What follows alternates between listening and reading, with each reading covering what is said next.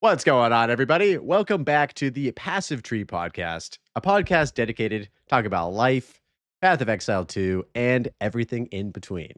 I'm your host, Blaze, and today on episode 20, we have a fellow PoE2 streamer and HCSSF Giga Chad. It's none other than Mr. Dragzilla. Welcome on, and how the heck are you doing, bro? Good, man. Thank you for having me. Dude, Yeah, yeah, had a good time. absolutely.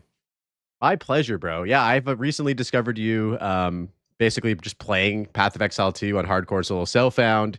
As you know, it's a pretty like tight-knit community, so I feel like we have to like stick together and hang out There's and not talk too about the many. game. Yeah, there's not too many of us, but here's the thing, dude. I don't know I if like to raid people that are hardcore solo self-found as well, and I'm always like, oh, just aimless again, I guess. which is a great raid. Shout out to the homie Major. He's I do fucking love awesome. aimless. But yeah, man, it's actually a really cool part of the PoE2 community that like I've recently like kind of discovered more with like the addition of Timmy's League. Are you aware of Timmy's League? Are you going to be participating in it? Yeah. I think I'll do it this league. Yeah, I didn't do it last league because he started it like a week after I stopped playing. Oh, dude, no. I did 800 hours in last league, and then I went back to Tarkov, and then he started the league, and I was like, I'm doing my prestige. Like I gotta finish this. Dude, it was actually so much fun. I didn't join last Timmy's League until like the last week of it, but playing in Timmy's League actually introduced me to a lot more like really cool PoE2 hardcore SSF streamers like, Lapav, Mr. Machi, and all like the usual suspects in there. So yeah, it's fucking sick. I'm excited to be in there with you in a couple weeks. Yeah, you'll just see me at the top, just absolutely killing it. And you'll be, somewhere close, probably. Just a few points behind, for sure. I did find it amusing on League launch that every time I looked at the leaderboards, we were right next to each other, and then I'd go to bed or something, and then you'd be up, and then I'd look at the leaderboards after stream, we'd be right next to each other again, like every single day, dude. Dude, I know. We had this like little rivalry going on, and then as soon as I checked the leaderboards one day, I looked and I was like, "Uh-oh, Drake's dead." Yep. Yeah. So talk to me a little bit about that death, bro. What happened? You died at what level, and how did you die? I was 93, and I think I was 33rd on the leaderboard at that point. I peaked at 22 on day one, but then just couldn't keep up the momentum, I guess. But then I got that first Lightless Void and killed the guy and got the invitation to the Black Citadel. And I was like, I'm going for glory. I'm going to kill the Pinnacle boss right here, right now. You know what I mean? I jumped in. My mate Pest was watching, and I was like, hey, do you want to see the new boss? He's like, yeah, send it. Let's go. And I was like, yeah, glory, then. I was like, well, it would have been really cool if it had worked out. But yeah, I probably shouldn't have done it. It was pretty badass though to just jump in there. I'm assuming you went in there blind too, and you had no idea what this guy even did. I tried to look up info, but there wasn't any at that point because that was only a couple of days into the league, and the only videos I could find of the fight were people nuking him instantly, which didn't teach me anything. So I was like, I should be fine. My damage is good, and it was pretty good, but it was like bugging out. Wouldn't show me the health bar, so I wasn't even sure how close I was to killing him. And yeah, it was a weird fight. But it was mostly due to lack of knowledge. Yeah. It is what it is. I feel like they should add in for hardcore and hardcore SSF like notifications when someone either kills a Pinnacle boss for the first time or dies to the Pinnacle boss for the first time. Because it is kind of cool bragging rights to be like, yo, I was the first person to kill this boss, or I was the first person to get clapped by this boss. Because you might actually be that person. Did they do it in PoE2 where it shows like blah blah blah was the first person to reach this area or whatever? Does it do that? I didn't notice it doing that.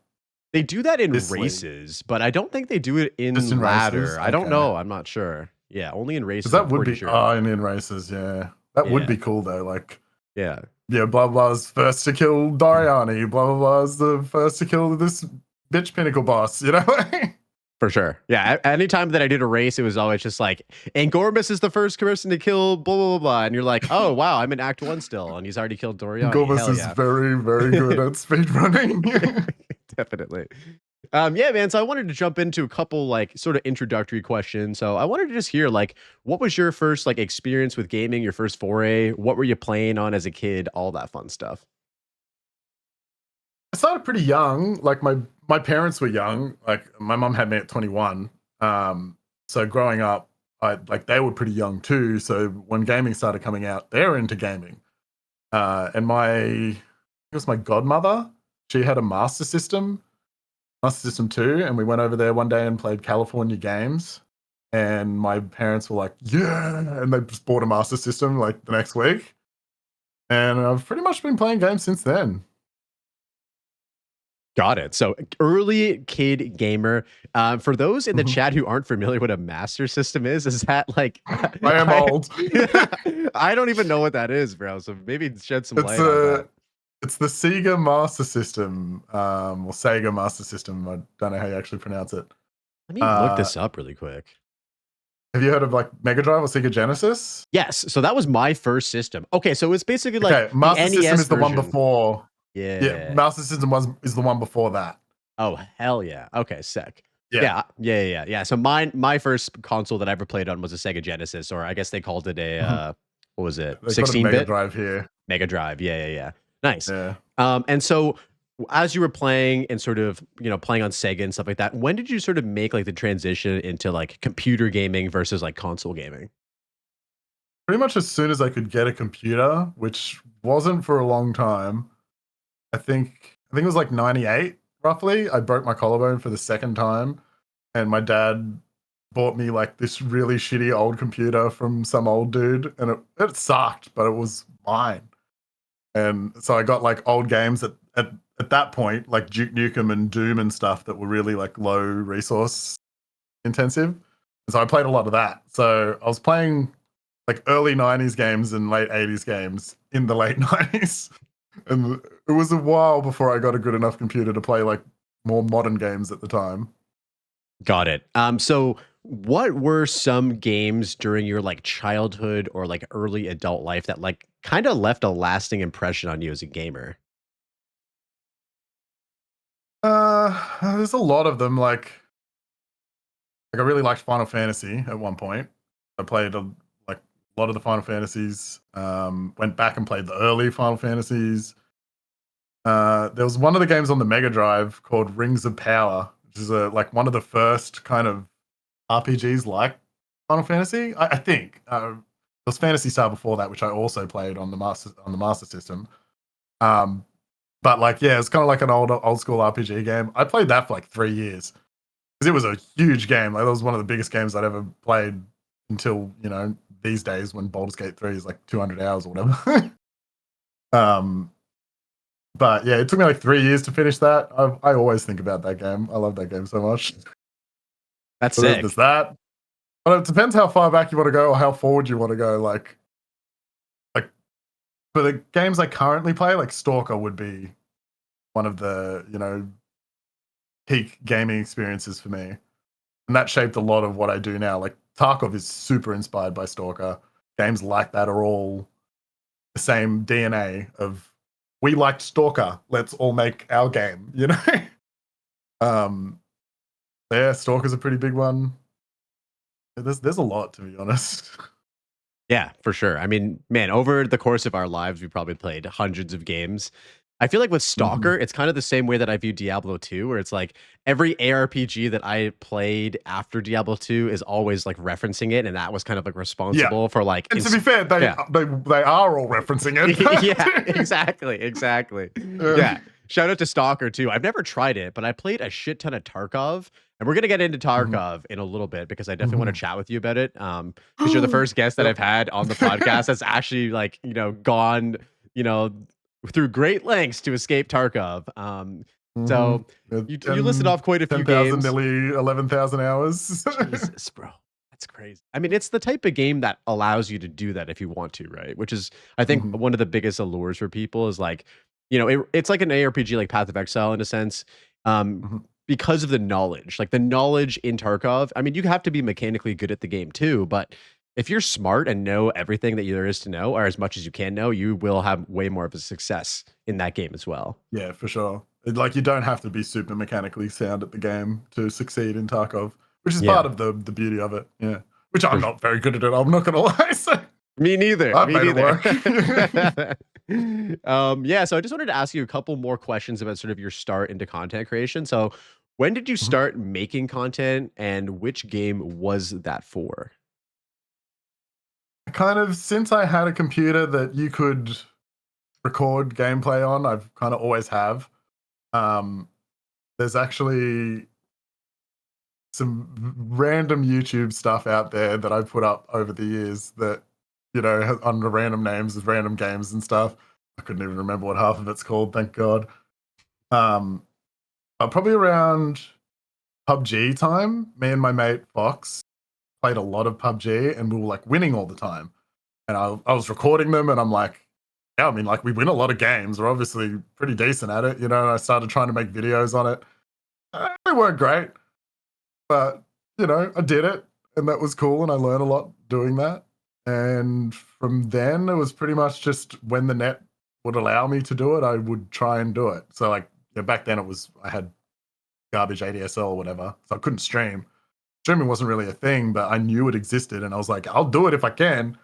And the second I got fast enough internet to do it, I basically started streaming like a month later. And that was PUBG that you started with? Well, that was around the time I started playing Tarkov. Okay. But I did stream some PUBG before. Like I had a couple of streams before I would say I started streaming.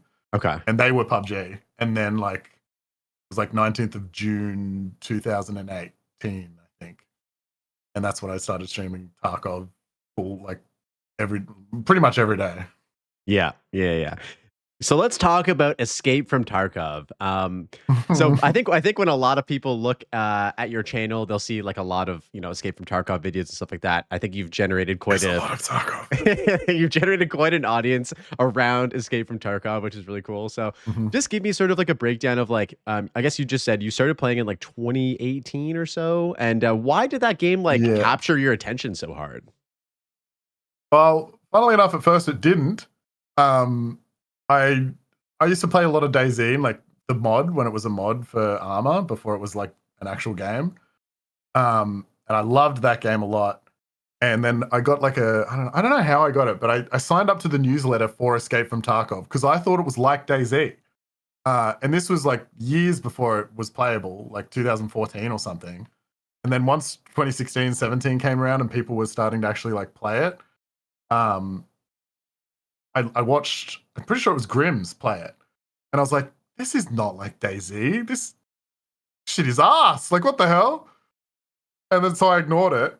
And then my mate, who I said I played PUBG with, he bought it and was like, bro, have you heard of this game? Like, let's play it. And I was like, oh, I have. I wasn't really interested, but whatever. I'll play with my mate.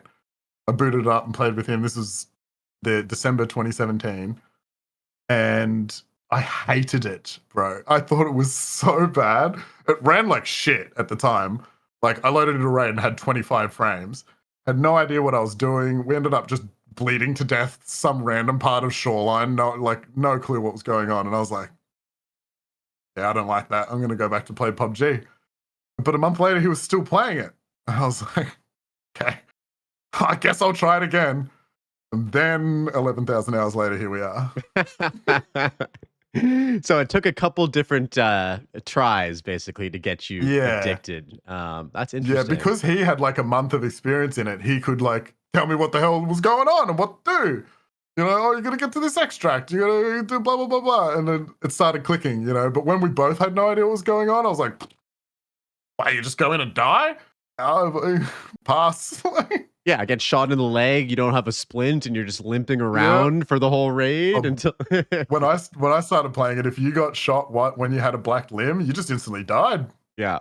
You just fell over dead. Yeah.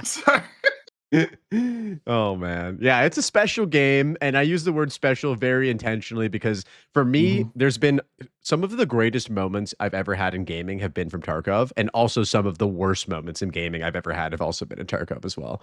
And I'm sure that you can probably relate to it. Extreme highs and lows. Yeah, dude. Like there has nothing. Like I've played a lot of like survival games, hardcore sort of style games like Rust and stuff like that, but I've never gotten such a big adrenaline rush from like being absolutely juiced to the brim on Tarkov and just like crawling my way to an extract. Like, that quest where you have to get all the shotgun kills on customs. What's that one called? Where you're dressed up as a scav. I can't remember what it's Setup. called. Setup, yeah, like a notoriously annoying quest. Like I've had moments doing setup where I'd be like using like the most dog shit shotgun, hiding in like a cement tube, pop up. There's like a 2 level like 60s with like AXMCs and like insane guns, kill them both, crawl my way out, and like your heart is just about to explode out of your chest. You know what I mean? And like that's Yeah. the type of shit that I love about Tarkov. But yeah, for you, what is it about Tarkov that really like, is it makes it such a banger in your eyes? 11,000 hours That later. was definitely part of it. Like very few games had made me feel the way Tarkov had made me feel. In fact, the closest I've come is Path of Exile hardcore solo self-found. Fuck yeah. But yeah, it was cool, fun. I liked learning it with my mate. Once I started streaming it, like I didn't play solo until I started streaming it, and then I couldn't always have my mate there.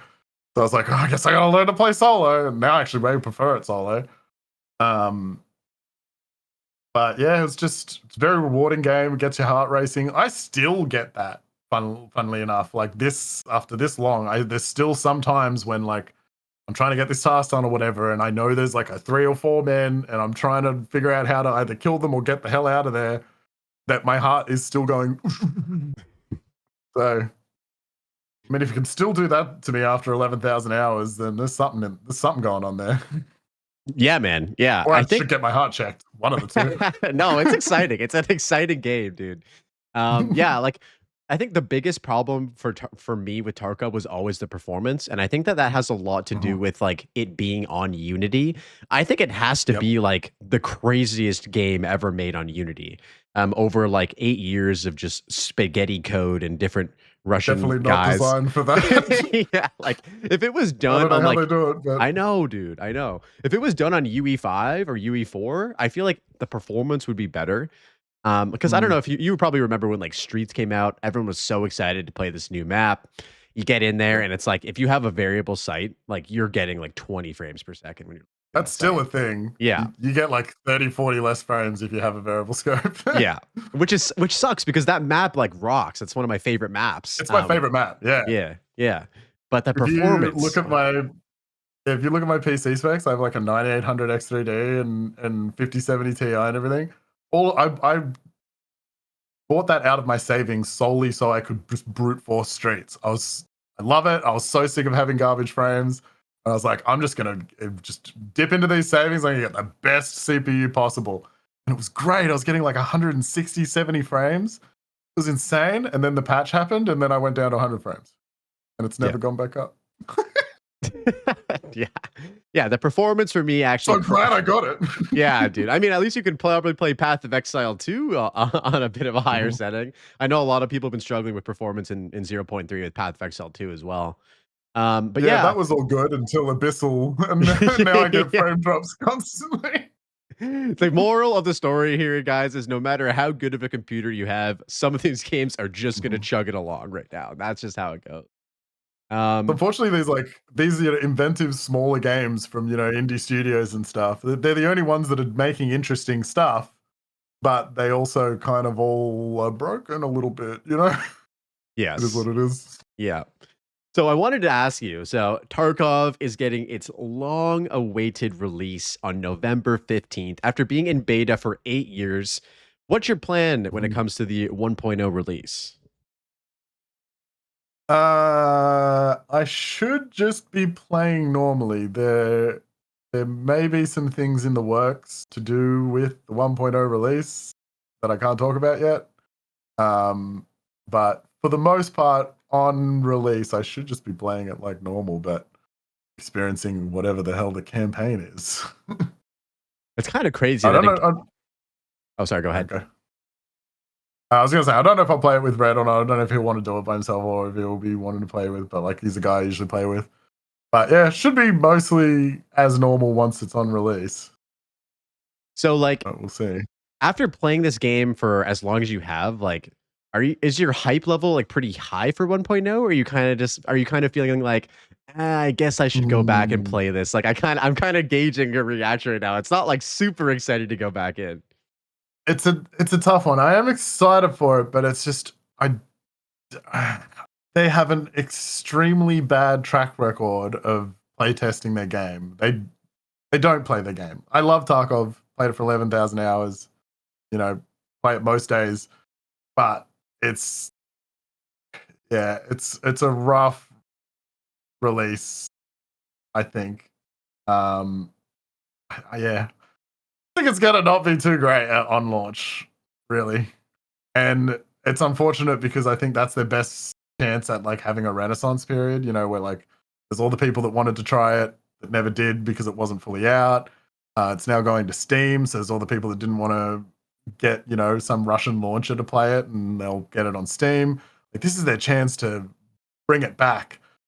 But I just look, maybe it's just because I'm jaded after 11,000 hours, you know, but I'm a little worried about the launch. Yeah, But I am excited, but I am also very hesitant. you're not wrong. I feel like every time they do some sort of update, they propose a lot of like really cool things in the game. Mhm. But then there's just like these obvious like mistakes or like things that they clearly just like fucked up on. And it's like every Yeah. single patch or something like that. I can't really name anything off the top of my head because I haven't played in a few patches, but like I started playing as soon as they implemented the inertia system. So I missed out on Inertia. Yep. all of those like classic what people called like the best like feeling combat in Tarkov was like Mhm. pre-inertia. So I only have that, but I know a lot of people just did not enjoy inertia when it was like first implemented. I know they've actually dialed it back now too to make it like less It egregious is as better well. now. It is. I still think they could dial it back more, and it'd be it'd be a better experience. But yeah, it was a lot worse back when it first came out. Yeah. My Yeah, maybe. my favorite moments in Tarkov were I think when they dropped the Lighthouse expansion. I think that was when I was playing the most actively. So they That added that peninsula that was when in. they added inertia as well. Yeah. Yeah, and so like, dude, the battles that we would have from like the sniper hill like vantage point Mhm. on Lighthouse versus the people going to the fucking peninsula, getting all the crazy loot, and like it was When you just could this. actually go out there without doing the lightkeeper task line. Yeah, Yeah. yeah, it was just insane for loot out there, man. Like you didn't even need a Mhm. key to find like bitcoins and shit like that. Yeah, it's a good Yep. time. Yeah, you should have seen the game before inertia, bro. Like, and even before like med animations, the like normal fight you would have, you would just be going any direction you wanted, just healing 3 different times while full autoing a player and shit. You're just like, yes, I'm immortal. Like, it That's was so crazy. insane. You could So not do that now. You gotta spend 20 minutes healing after a scab shoots you once. Like, I know, dude. Yeah, it's way more. I feel like they kind of have this issue where they're like treading a line between being a video game but also being like a simulation, like a combat simulation. And yeah, they've kind of gone from one side more to the simulation side, but it's still a video it was. game. Yeah, it was always gonna be like this. Like this is, you know, what Nikita always talked about. Rah, rah, rah. Like it was always gonna be more like it is now than it was back then.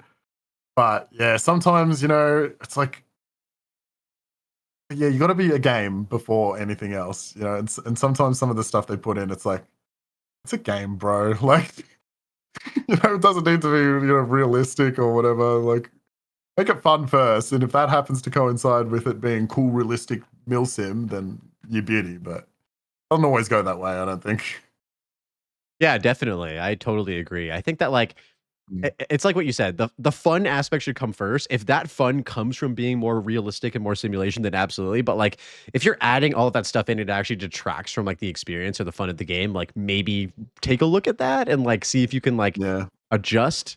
Um, but I think I might log into 1.0 as well. It's been quite a few patches for me since I've played the game. I only have like 2,000 hours. I was never like a I think it'll be labs worth. Chad or anything. I never got Kappa. I Mhm. did get Lightkeeper when Lightkeeper was added in, which I thought was a pretty cool achievement, but that's as far as I've gone in the game. That first Lightkeeper wipe was really good. I thought, like, I really enjoyed doing Lightkeeper that wipe, and I was really looking forward to doing it the next wipe. I was like, yeah, that was great. I made like some videos on it. And I was like, that was super fun. But then I did it again, and it just it wasn't the same. Hey, unfortunately, so I don't even do Lightkeeper anymore. But yeah, that first time was a lot of fun. It was, dude. It was so sick going there, actually doing the quest line, getting to talk to him, starting to get all of those like next level quests and those like rewards and stuff like that. And yeah, we have the achievement now in our profile. We don't need to do it again. Like that thing exists forever now. Oh man. Yeah, so let's I want to ask you one more question about Tarkov. So basically, if you could see sort of like any quality of life, any improvement, any change positive for the game in 1.0, what would you say the game needs the most?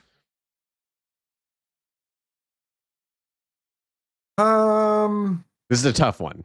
You're on the spot They've now. actually kind of nailed a lot of the quality of life stuff recently. Like there's a search bar now. You can search your stash and it just comes up with all the stuff. That would have been a big one before, but that's in there now. Honestly, being able to like, for lack of a better term, fold backpacks, like and rigs and stuff, not have them full size when you're looting them. Like if there's nothing in them, you can pack them down into like 2x2 or something like that. That'd be really cool. And pretty much all the other people that have tried to copy Tarkov have done that. So shout out to Arena Breakout Infinite, yeah, for doing that stuff. Exactly. Yeah. So it's possible. Yeah. So that would be a pretty big quality of life, I think. I love that. That's a great idea. Yeah, like I played a lot of Arena Breakout when it came out, and I actually had so much fun playing it because it just felt like Tarkov without all of like the extra annoying shit that I had to do within Tarkov. Like you get into raids faster, you can click one button and it just dumps your backpack into your stash. Yeah, better matchmatching actually. Yeah, that's it. Better matchmatching 1.0. That I would if that's the all 1.0 is, I would take it.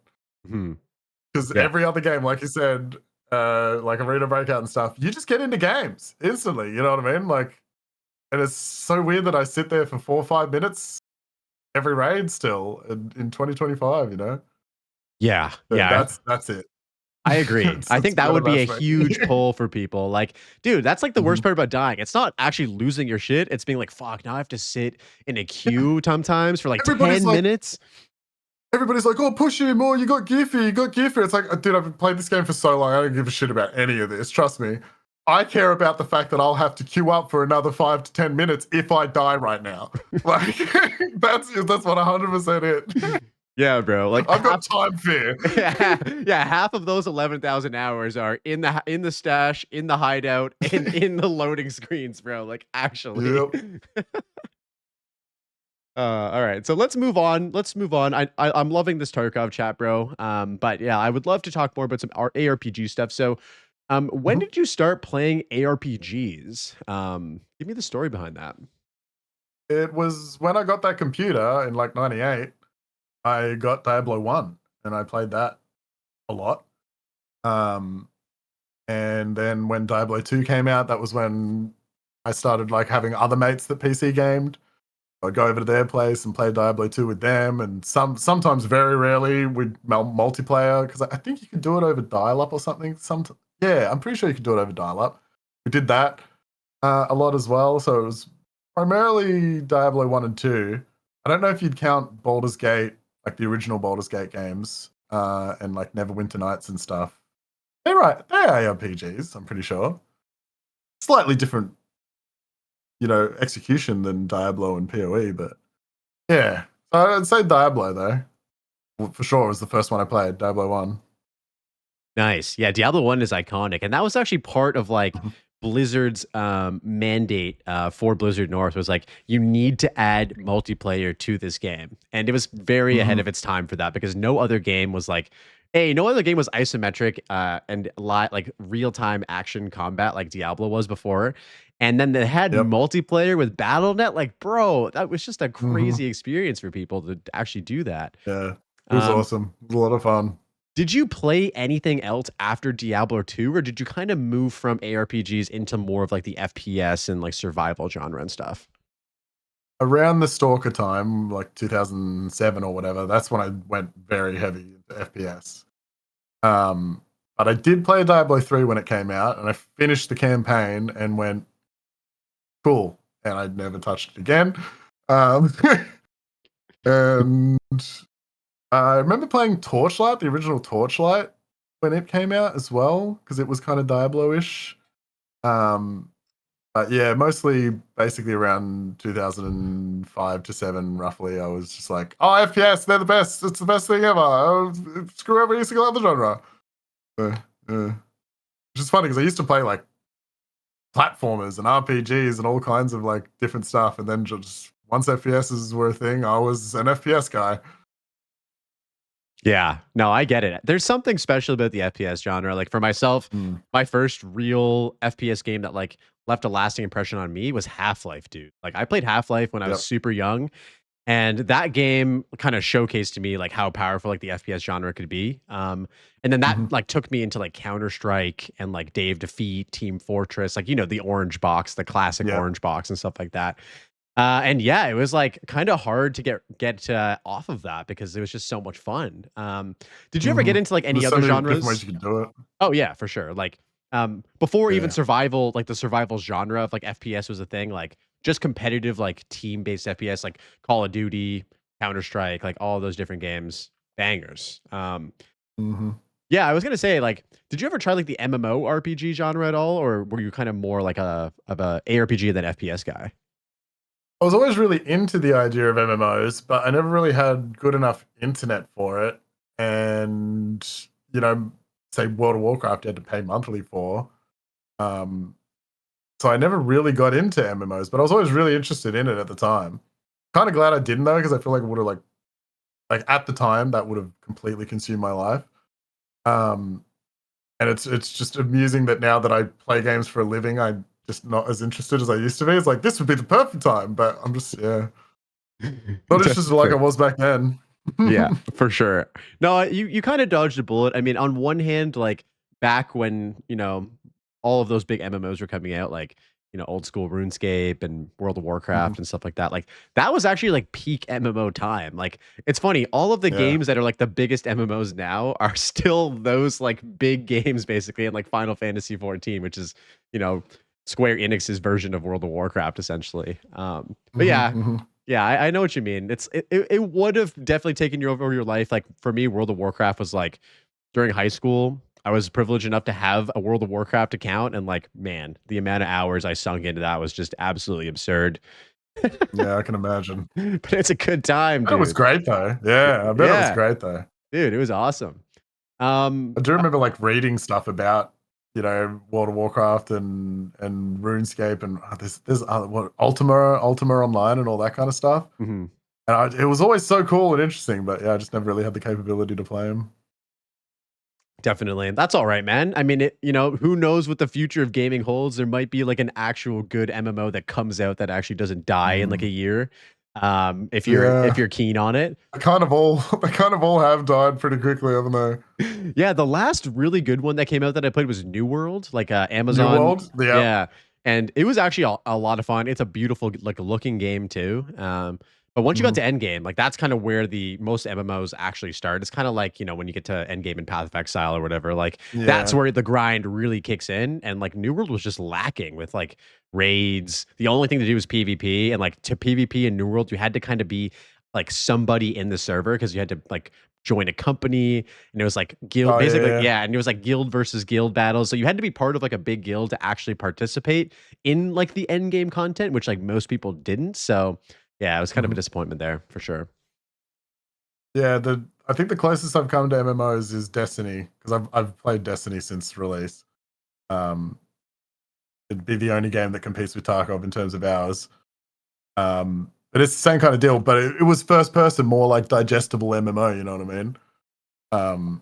I really got into that. But yeah, it's a similar thing. Like the game didn't start till endgame, and that took me a while to understand too. When I first got into it, like I bought Destiny and was like, okay, this is kind of cool, but that's it. And then eventually someone was like, oh no, you got to do this, and then you got to do this, and then you got to do this, and then you got to do this, and it's several thousand hours later. It's like, oh yeah. That's what this game is. Yeah, I missed the boat on Destiny, and then by the time I wanted to get into Destiny 2, I kind of looked into it, and I saw that like you had to buy so many like versions of the game in order to get to like the actual content, and I was like, boys, the onboarding experience is horrible, bro. They just have never figured it out, and the longer it goes, the less yeah, it's just not like there's no wonder why the player base goes down and not up. And it's not because it's a bad game. It's because there's no way to draw in new players. You got to spend $300 and then watch, 10,000 hours of Vardy fucking not Vardy, bloody My Name Is Bife. Understand what the hell's going on. Yeah, it's rough. I feel like anytime you have a game with that much content and that many years of development, you should just be able to package that all together in like a one purchase like game. It shouldn't be like you got to buy the base game and you got to buy like 7 different expansions and you got to like it's just like all of this. But you're buying several-year-old content. Like, why are you still charging $60 for it or whatever? Like, just $60 gets you everything that's like 3 years old or something, like or older, or something like that. Exactly. It would have so many more players if they did something like that. And I would be able to recommend it to friends. Because right now you can't recommend it to people. Like, as a player of Destiny, you can't recommend, hey man, yeah, jump in. It'll be easy. No, it won't be. It'll cost you a lot of money and you will have to learn a lot. Yeah, and it's funny because everybody who talks about Destiny and Destiny 2 always says that game was so fun. I had a blast. I fucking loved it. But now it's just not what it used to be. Yeah. And I think that, there's a lot of games like that, sadly. But yeah, I feel like that's kind of the vibe. Yeah. It was 10 years though. Like, it went well. Like, 10 years is a long time. For sure. Yeah, no, it's a significant life cycle. Yeah. Another game that is pretty hard to get into as sort of a segue into the next topic is Path of Exile 1. So I wanted to ask you, have you played much Path of Exile 1? And if you have, give me sort of a breakdown of your experiences with it. I haven't played much. I always knew it existed, and I had a couple of mates who played it. But, my superficial understanding of it was that it was like the combat build part of Diablo just distilled down into a game, which it kind of is. But like that, I didn't realize it was a game. I just thought it was like, I'm making this build. Wow, look at this crazy skill tree. I'm doing crazy things, and then I was like, okay, well, that's cool. But like, I'm not going to get into it. Boy, was I wrong. But yeah, I never got into PoE 1. Then when PoE 2 came out, I was like, okay, they're obviously going to, try, like, this will be the time to get into it because I'll be on the ground floor, so I'll be able to learn as all these new people coming in and playing and learn and all that kind of stuff, and it'll be easy. And it is like, that's PoE 2 is 100% designed to be a more digestible PoE. And yeah, I love it a lot. But I tried to play PoE 1 lastly, like the recent league, because I was like, okay, I've just done 800 hours of PoE 2. Sure, I'll try PoE 1. And I did the campaign and a bit of mapping in softcore. But because I just played so many hardcore hours, the softcore meant nothing to me. Like, it was literally like, just run into a thing, it kills me, who cares? Just run into it again. The bosses don't even get their health back when you die. Just run in and just kill it. Like, it meant nothing to me, which isn't ideal. But it was really cool. It was really hard without WASD though. That would be the main thing. Like, if it had WASD, I'd probably play it a lot more. But because it doesn't, that was like a barrier. I figured out a thing where I doubt this is what normal people do, but I put the move bind on W. And so all I did was just hold W, and then wherever I put my mouse, my character went. And that was kind of a little bit like, like WASD, but at home. And yeah, so that it's kind of worked, but mostly it was like, if I was going to play it, I'd want to play hardcore. And it took me 29 deaths to get to maps, and I can tell you how I died in like 3 of them. Otherwise, the rest of them, I just died. Don't know how, don't know why. And I was like, I can't play hardcore if this. I genuinely don't know how I died. Like, when you were playing, do it, so it's obviously possible. But when you were playing, did you find yourself smashing that space bar trying to dodge roll out of shit? Like, that's how I felt when I was playing PoE 1 for the first time. A bit, but because I played a lot of Diablo and stuff, it was way more like in my head like playing Diablo than it was playing PoE 2. Mm-hmm. Even though PoE 2 I think is very like more heavily at homage to Diablo, but Diablo 1, PoE 1 felt more like Diablo when I was playing it, and I just kind of fell into that rhythm pretty quick, where it's like, oh, I'm not going to dodge. I'm just going to be over here, and then I'm going to move over here, and then I'm going to move back to where I was before. And then I'm gonna, like just between attacks and stuff. I fell into the rhythm pretty quick.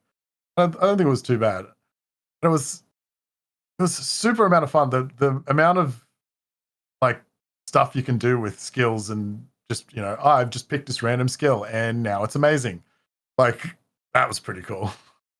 In PoE 2, it's like, okay, I've picked the skill. Now what actually combos with that skill? How am I going to figure out how to do that in a boss fight? Okay, cool. Like, which has its own fun and merit, but yeah, it was pretty crazy to just be like, oh, I really like this one skill, and now it's my endgame build. Like Definitely. it was pretty cool. Yeah. I had the exact same experience as you too. Sure. Yeah. Like really? Yeah. Like I was like, I think 800 to 1,000 hours in PoE 2, and it actually like brought me into PoE 1. And I think that's just going to be the general I thought you played way. PoE 1 for some reason. No, dude. Yeah. No, I'm like the same as you. Diablo, like through and through. Like Diablo 2 is my favorite game like ever.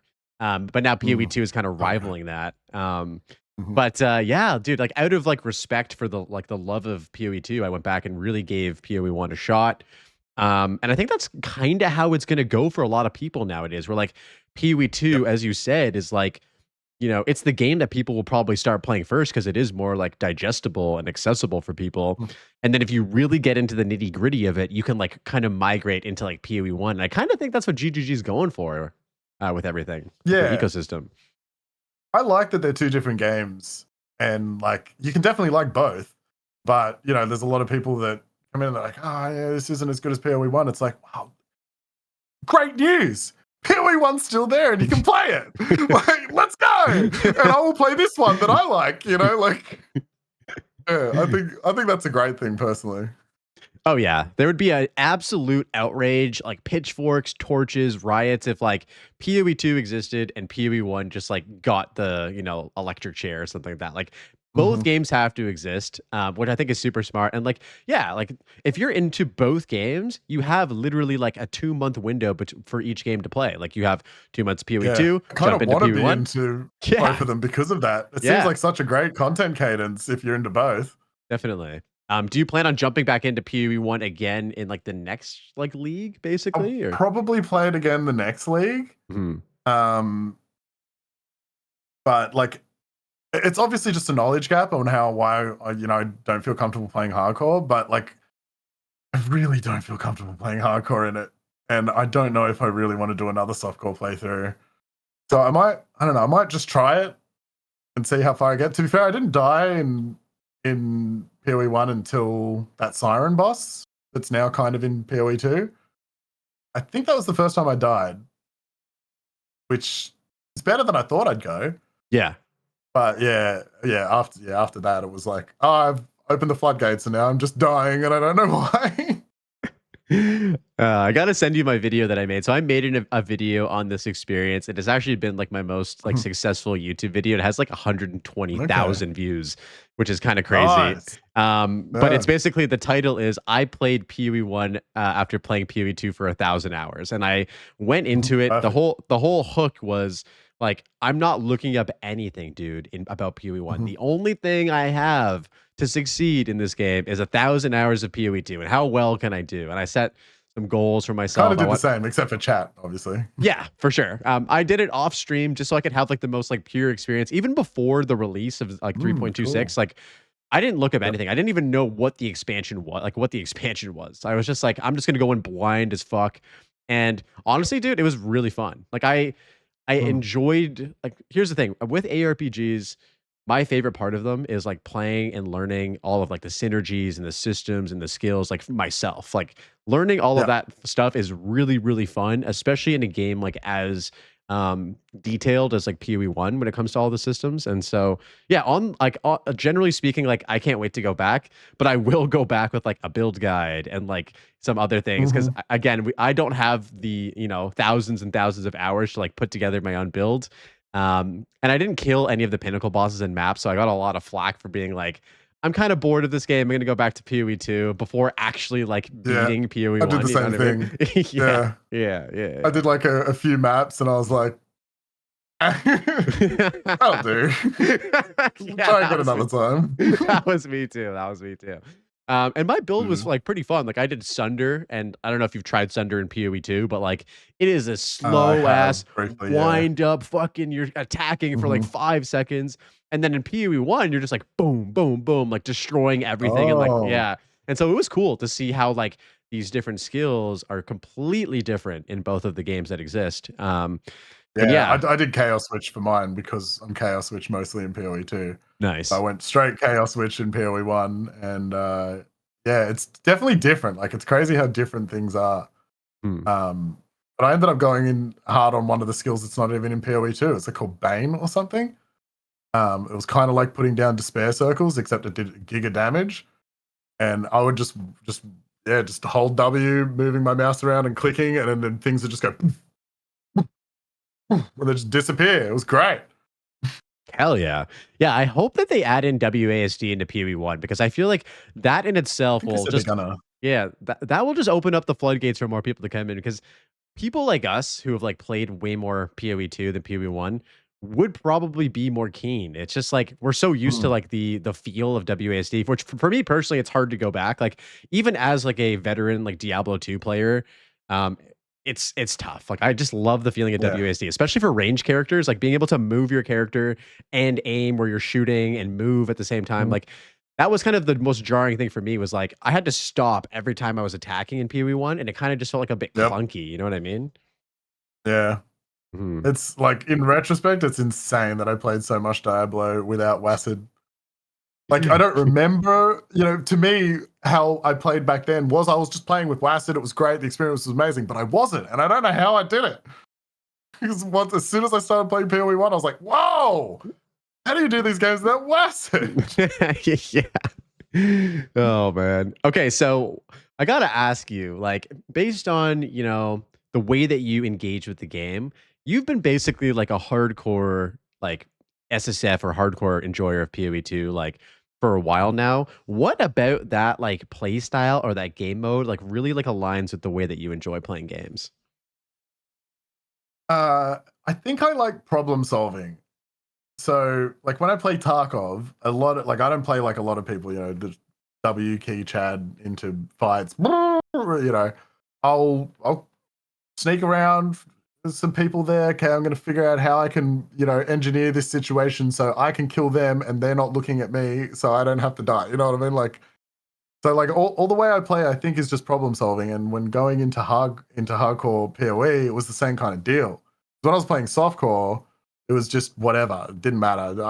I opened up my softcore character because I just played one softcore playthrough, and like he's got like an armor helmet, he's got an evasion foot, he's got like an ES chest. Like I had no idea what I was bloody doing because it didn't matter. It didn't Yeah. matter. I could do like just do whatever the hell I wanted, and it was fine. As long as you did But damage, then I that's all was that mattered. Yeah. yeah, exactly. Yeah. But then when I was watching Pest play, because he was doing Hardcore Solo Self-Found, I was like, oh, this is super interesting because he's at, level 31 and he's doing no damage because he needs an upgrade for his scepter. He needs to find a +2 minions with blah, blah, blah, and blah, blah, blah. And he doesn't just buy it on trade. He's got to he's going to the traders, he's finding them, he's gambling them and slamming them and recombing them. And I was like, that's way more interesting. Like, that's so much more interesting to me. So I started hardcore trade because I was like, I don't know about any of that, so there's no way I'll be able to do solo self-found. So I started hardcore trade at first, and then I'll do all that up till maps, and then once I got to maps, whatever currency I made getting to maps, I would use that to buy some gear, and then kind of start figuring out maps. And after I think it was like 15 characters or something like that, Pest convinced me to do hardcore solo self-found, and I was like, probably know enough to give it a go, I guess.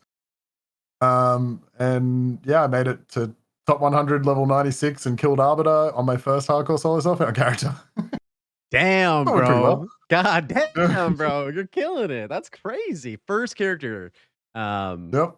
wow. And what build was that on? If you don't mind me asking. That was Chaos Switch. Chaos Legends. Okay, hell yeah, dude. It's just so good. Yeah. So, dude, I hear you, man. I had a very similar experience as well. Like where I played probably like about 200, 250 hours on Trade League.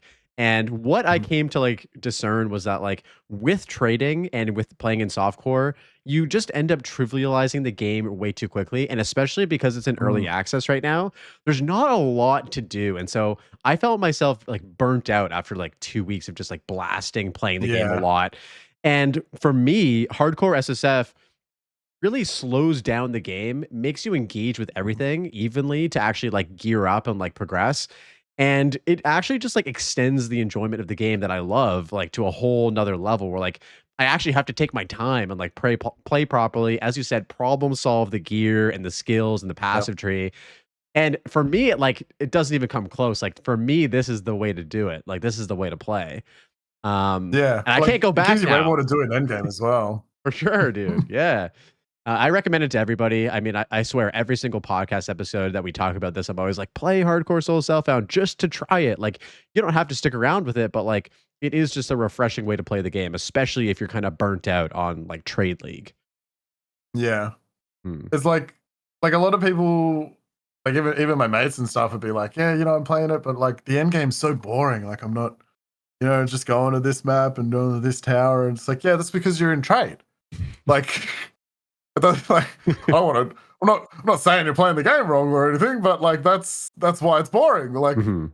I on that lich that killed Arbiter, like I rolled a 800 plus ES chest, like for example, but it had no reses, and I was like, this is horrible. Like this is easily the most ES I've got on a chest.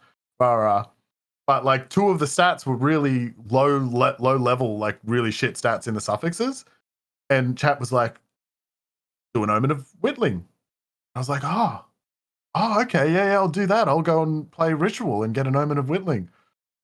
I didn't know that was so goddamn rare, but that Yeah. was still a week of like a goal. Like that was my goal. I was juicing up maps with rituals, and then I was Mhm. figuring out that like literally with chat for fucking days, figuring out like, okay, if I drag all these mobs over here and kill them here, does that change the circle in any way? Or is it only the mobs that spawn on the circle that affects it?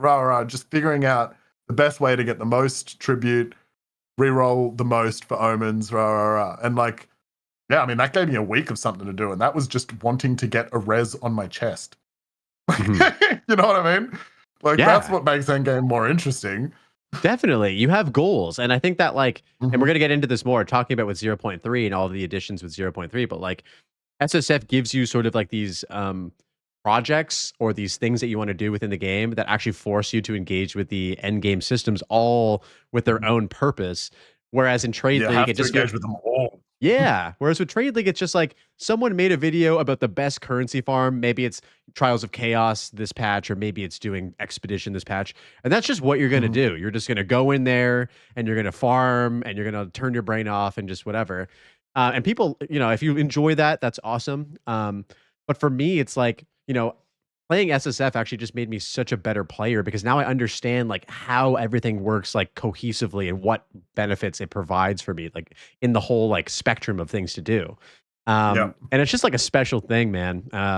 Yeah, I have to say though, like, I actually just made a 800 plus ES chess piece like yesterday on stream, and I'm in the exact same boat where I like desecrated it. It rolled like T6 resistance. It's like 15 cold resistance, and now I'm like just farming abysses Ugh. to get the But Omen yeah, of you Light can get to to take it annul it off. Yeah, and then and then give it basically another go. yeah, give it Yeah, another go. Exactly. exactly. And so now I'm like, yo, that's a project that I have to work on. And Mhm. now I have like this thing that I need to go juice up rarity in Abyss just to get these omens and get the chess piece looking good. And so yeah, there's Yep. all of these things happening, especially in 0.3. So I gotta ask, like, throughout your, experiences through PoE 1 or PoE 2, I'm sorry, I forgot to ask, did you play it in like 0.1 as well, all the way through, right?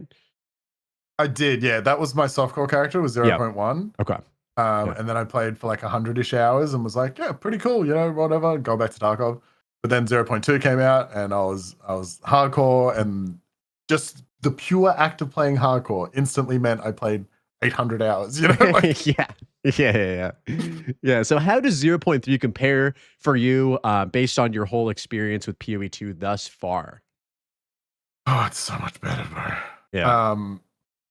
There's a lot better about it. Like obviously the crafting is like there's actually crafting now. It's not just endlessly collecting white bases, getting an affix and then recombing the thing and then just hoping for the rest on the next floor, you know, like Yeah.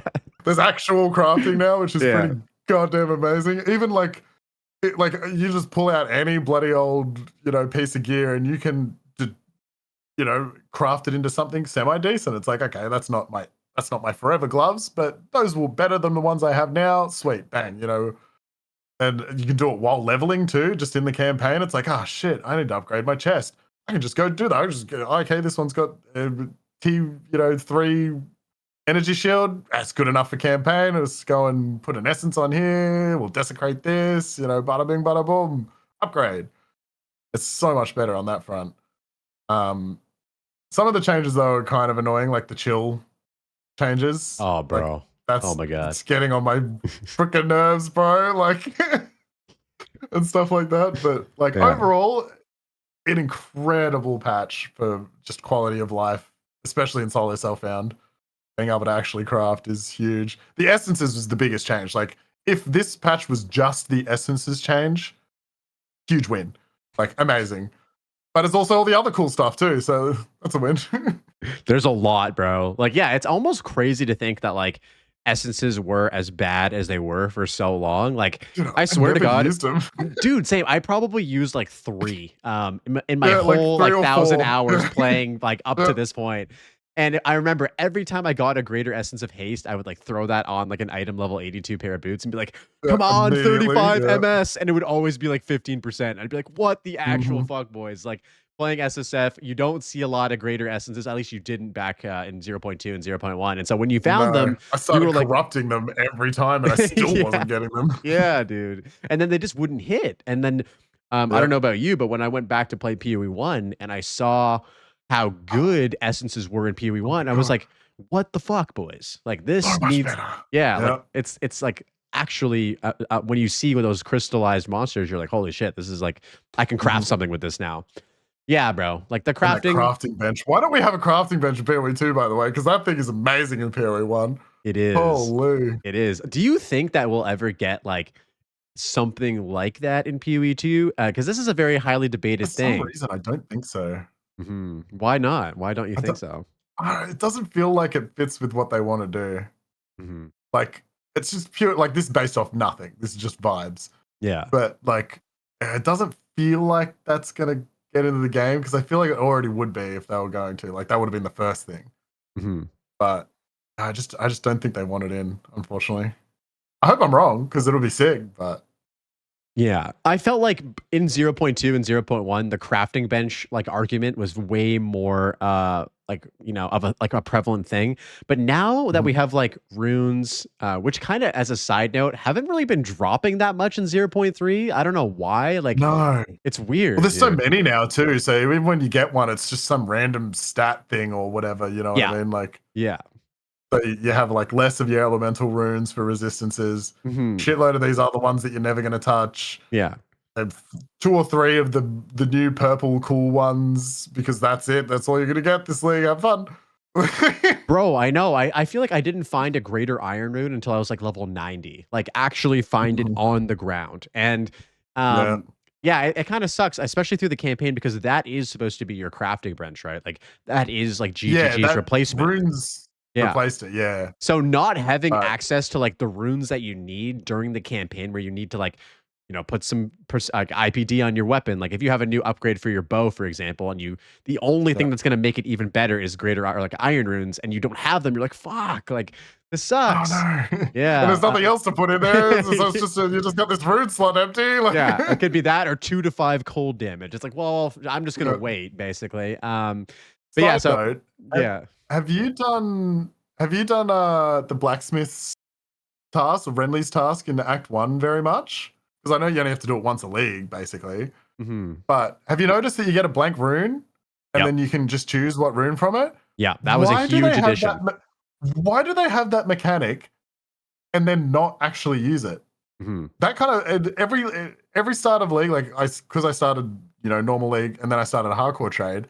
Both times I'm like, bro, this is literally would solve the problem of all these diluted runes and dropping. Like, just drop blank runes and we go to Renly. and he makes it the rune we want. You know what I mean?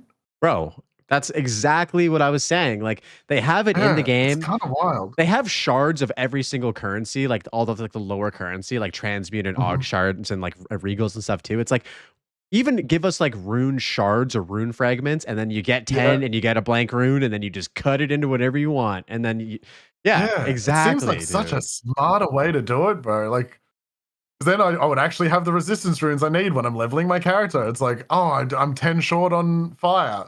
Cool. I haven't had any fire runes drop this entire playthrough. Cool. Guess I'll die. Yeah. Like, Yeah, for sure. It's wild, and the solution is like right there. The tech is in the Mhm. game already. It's already there. You can do Yeah. it one time at the first act, and that's it. I love it, It's bro. kind of crazy. I hope that GGG hears this and puts us in the game, because yo, that would be a massive quality of life improvement, especially because now in 0.3, for whatever reason, the rune drop rates are just atrocious. Like, Yeah, support it's really gems bad. and runes, you're like shitting your pants when you find them. Like, usually, like Mhm. before, especially with the support gems, like I would get to Act 2 and be like overflowing with like tier 1 support gems, to the point where I'd just be throwing them in the stash. Now when Dude, I I get have to like Act one 2, tier 1 still. yeah. Now when I get to Act 2, and you know how like when you're recreating the Horn of Asteri, each piece gives you like a support Yeah. gem as like the reward. Mhm. I'm like, yes, please give me those support gems. Like, I'm using like every like support gem I can. But yeah, I hope that they can sort of reconfigure the drop rates. And if they don't, at least give us the ability to craft like the basic stuff, because that would be massive for sure. Yeah, even if it didn't do greatest, I mean, I know I'd want it to do greatest, but even if it did, like even if it was just like the basic stuff for like campaign at least or something, that would be cool. But yeah, it's kind of wild. The mechanics there, it's just not used. No, I for sure. Is there anything else that you can think of that's like an absolute pain in the dick for like the patch right now? Like, is there anything else that you're struggling with? We talked about chilled ground. I feel like with chilled ground, there always is a bad fucking mod on a map. Last Mhm, patch it was temporal chains. The patch mhm. before that it was probably also temporal chains, and now it's like, Yeah, it's unfortunate. and now it still That's chill exists. ground. It's chilled ground. What else is like really like grinding your gears right now in terms of patch? So the map drop rate is pretty garbage this league compared to last league. Like I Yeah. didn't feel like I really struggled with maps last league. To the point where like I remember, because I very rarely do tier 16s, because for me they just don't turn into tier 16s when I corrupt them. Mhm. But I remember last league I literally sat down, I had 66 Val orbs, and I just got all my tier 15 maps and I bowed them all in one go. I only got like 4 tier 16s, and that was when I stopped doing tier 16s. But the fact that I had 60 something maps to vow is crazy to think about now, because I don't have like spare maps, man. Like there's this set of maps that are bricked because I have chilled ground, and then there's this set of maps that I don't really want to run because they've got whatever, and then there's the 2 that I'm willing to run. You know, and it's like I don't want to corrupt them because then it's going to turn them into tier 14s. Yeah. Like, so I just Yeah. don't corrupt them. You know, and it's like, so I think the map drop rate, they've done something there. Mhm. It's not very good. And in fact, leveling an alt character is amazing now. I'm going broke, but every level you just buy all the tier 14s from Doriani. Buy them all, bro. I've got like 120 tier 14s in my map thing now. And I can turn them all into tier 15s. Let's go. Oh my god, I need to do that. I don't think I've bought a single Yeah, waystone from him actually. I bro. have like a Every mil time gold. you Ew. level, yeah, Yeah. every time you level, just buy them all. Yeah. Unfortunately, it's a lot of money because they're like 18k a bloody thing or whatever. Yeah. So like at one point there on my second character, I was slowly losing money, even though I was selling everything. Mhm. I was still slowly losing money because it is expensive. But I mean, I have 100 something tier 14s there that I can just slam into 15s now. So that's, That's huge. but Yeah. yeah, but on the first character, like it was, yeah, I had like one map I was willing to run at a time if I was lucky. So Yeah, that sucks. no, But it's same deal with the runes too. It's like same problem, I think. The runes also drop exceedingly rare too, and etc. I totally agree, man. That is a huge struggle in the end game. Something that I've definitely been noticing with a lot of people as well. I saw Major kind of like being like the Mhm. same sort of issue. I was running 6 mods on my Ranger. He's running 6 mods on his like Sorceress, and like, bro, like you have this insane drop rate for maps, like 120%, and you're still getting one map per map. It's like, Yeah, boys, Like, what's Dude, going if I on got here? 3 a map, I was like, oh my god, I've got 3 maps. Like, yeah, 2 of them are gonna brick the second I do something to them, but like one of these is gonna be runnable. Yeah. And the thing is, like, usually before you would Val orb the bricked maps and hope that it like Mhm. refreshes the It modifiers fixed on it. them.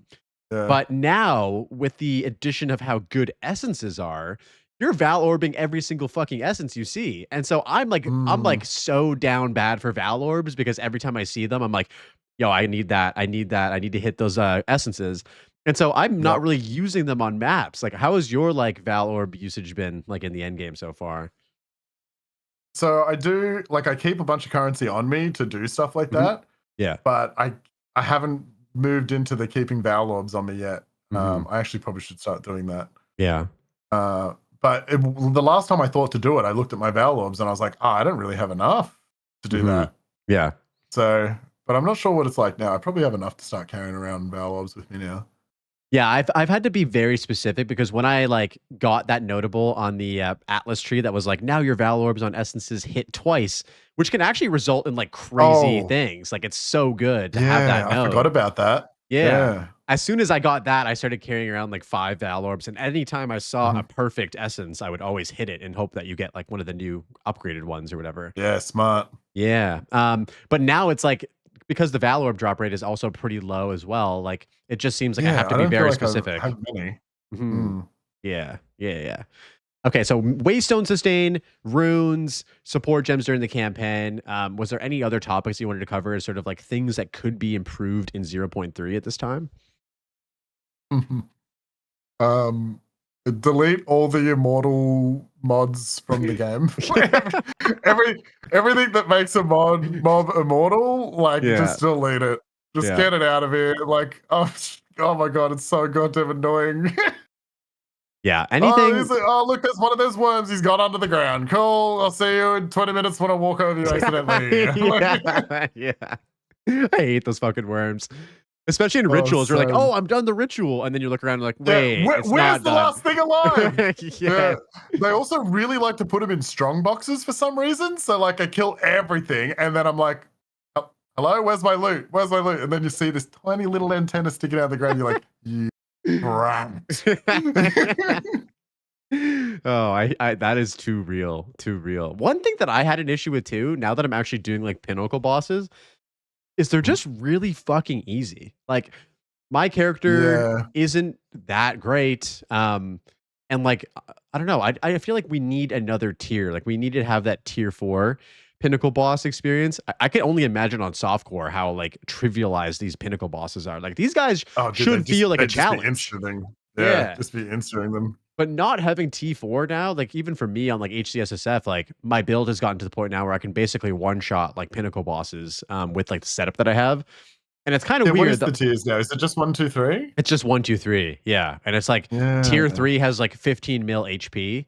And which Mhm. is like, you know, a decent challenge on like SSF or hardcore SSF, but like in softcore, it's just like you running in there and it's dead and like there's no Yep. challenge. So yeah, it kind of sucks because they made pinnacle bosses more accessible with the splinter system, which I really like. I love like being able to do Zesht with like 50 splinters at like a pretty early progression point in the campaign. But It is actually pretty cool, yeah. it's super I nice. agree. But now only having like T1, 2, and 3, it's just like, okay, like, you know, where's the challenge Yeah, now? I've only done the tier 1s because my Mhm. character died. Yeah. Yeah. Yeah. Uh, and then my Black Flame character is I think you saw how good its clear was, but its single target was disgustingly bad, so I didn't do any pinnacles of that. So it's this character that I'm doing now that is going to be doing the pinnacles, hopefully. Fingers Yeah. crossed. Hell yeah. Oh, by the way, like 5 minutes before I joined the stream, I had the Omen save me. So I nearly lost that character. Yeah, yeah. Dude, thank God for the Omen of Resurgence, boys. If you're playing That's the hardcore only time SSF, it's ever propped for me. yeah, you gotta have them. And the beautiful thing now is they can stack in your inventory. So every time you see one in the Yeah. ritual altar, it's like 200 tribute, boys. Just grab it and chuck it in. Have a stack of 3 on you because it literally saves your They life. don't work all the time, but when they work, I Yeah. mean, that's you didn't lose your character. Let's go. 100%. 100%. So with PoE 2, um, how do you usually like engage with the game? Do you have like a favorite like playstyle, class fantasy, or like ascendancy, or do you just try like everything out and see like what works for you? I really like caster. Like, Mhm, I've been enjoying casting stuff, but I also really like bows. mhm. So, like last week, I did Chaos Lich and Lightning Arrow. Um, but I didn't love Deadeye when I played it, and it had like evasion was horrible, and like I had plenty of characters that just literally insta popped, with evasion and stuff. So I was like, Yeah. okay, ES is it. I'm only going to play ES. So currently, I mostly only play Witch/Sorceress tree and Monk tree because they have the easiest access to ES. Mhm. But it also so happens that I really like casters and I really like bows. And bows, I think, go really good on Monk. Nobody else seems to do it, but I think they go great on Monk. So I just do bow characters on Monk and have fun with that. And then Chaos Lich, Black Flame now. I think the bone spells would be really fun to play with. I've been playing with Pest using bone spells, and those things are really good. But I actually, funnily enough, I tried a warrior last league, and that was really fun and probably the strongest I've felt in the game without Headhunter, because I got Headhunter in last league in Hardcore Solo Self-Found, and that's just insane. That is insane. Um, yeah, I got it out of the Reliquary, bro, so it was shiny as well. How crazy is Bro. that? Oh my god, dude. I've sent so many heavy belts to their graves with chance orbs. Every single one I find, I fucking chance orb that shit. Still haven't Yep. gotten one yet. Still haven't got one But yet. yeah, like Warrior was the most strong I'd felt other than Headhunter. It was so cool, but I said the whole time I was playing it, like if you look in POB with the Warrior build and everything, you see like the max fizz hit that you can take, and it's like 4,000, 5,000 or whatever. I look at my Lich with 12,000 ES, max fizz hit like 15k or something random like that. Like, Mhm. like why? How the hell are Warriors meant to survive? The whole time I'm playing it, I'm like, I'm gonna pop. I'm just gonna pop. I'm gonna pop. At some point, it's inevitable. At some point, I'm just dead. And that's exactly what happened. Just one Yeah. good fizz hit, and I just dead. Yeah. And I was like, I'm not gonna play Warrior again. But like, I really liked it. But yeah, It's a good I just feeling character. Like it's probably it my is. favorite feeling as like class in the game. Like you just feel Mhm. so solid, so If Armor chunky. Life was good, I think it would be my favorite character. Oh yeah, But for sure. maybe it's just I don't know how to play Armor Life properly or something. I don't know. But like the Mhm. fact that every time I look at POB and it can take 5k fizz hit, it's like, what? Okay. And then they're Yeah. like, oh, with fixed armor, it's taking as elemental damage now. It's like, what do you mean? It's fizz hit that I need more of. Like, Yeah. It's not the the resistance elemental is was why it's fine. Yeah, the yeah. elemental was fine. Oh man. Yeah, I do want to log into Warrior. I think that might be my next character. Yeah, I think In I'm going to try it again as well. But I yeah. expect it to just pop again.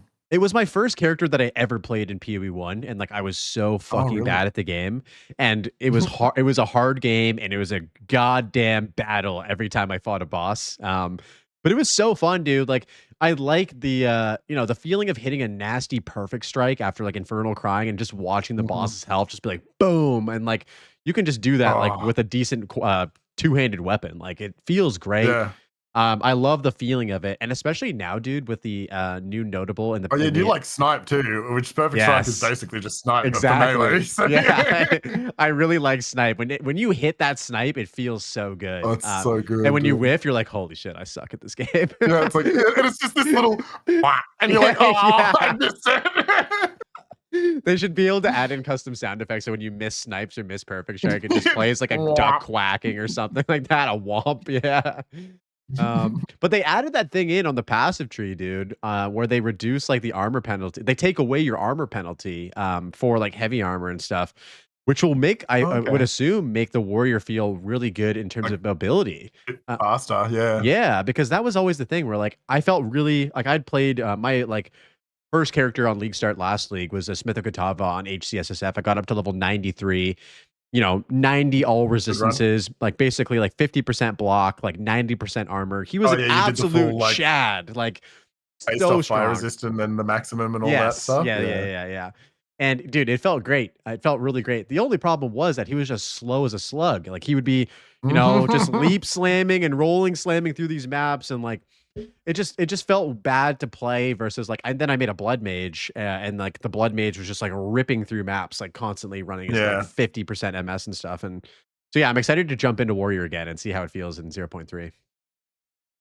Yeah, it should be like, I don't know, maybe it's smarter to play into the, shield stuff now that blocks like a lot better, like active blocks a lot better, like shield rush or something, and maybe that'll make it feel a lot faster, You don't have to worry about the movement speed so much. I have a friend who Yeah. only plays. I don't know if you have any friends like this, but I have a few friends that are like so like basically they play one class and that's all they play. So I have a friend, shout out Lext, my boy. He's a shield warrior main. He only plays shield warriors in PoE2. He's never tried any other class or any other weapon style or Never anything. even tried it. Never tried it. I'm such a persistent Just a shield person. boy. I'm like, bro, you would love the monk or you would love the ranger. No, man, I can't put the shield down, bro. I can't put the shield down. But he's got some shield warrior tech that he's been working on, and I'm excited to try it out. Like he's doing like shield wall into like shield charge and doing like big damage with that stuff. And so yeah, I'm gonna probably mess around with that and see how that feels as a warrior. Because I've done the whole Yeah, like it could be perfect strike fun. thing and hammer of the gods and stuff, and those are great. But I've never done God, shields. Hammer of the Gods was so fun, bro. Mhm. I It just love feels that. At good. some point I figured out, some point I figured out, like, I can't remember what it was. I had the Ancestral Totem with Sunder or something on it for stun, Mhm. and I just put that down. It'd instantly heavy stun the boss. Then I'd bone break it, and then that would instantly give armor break.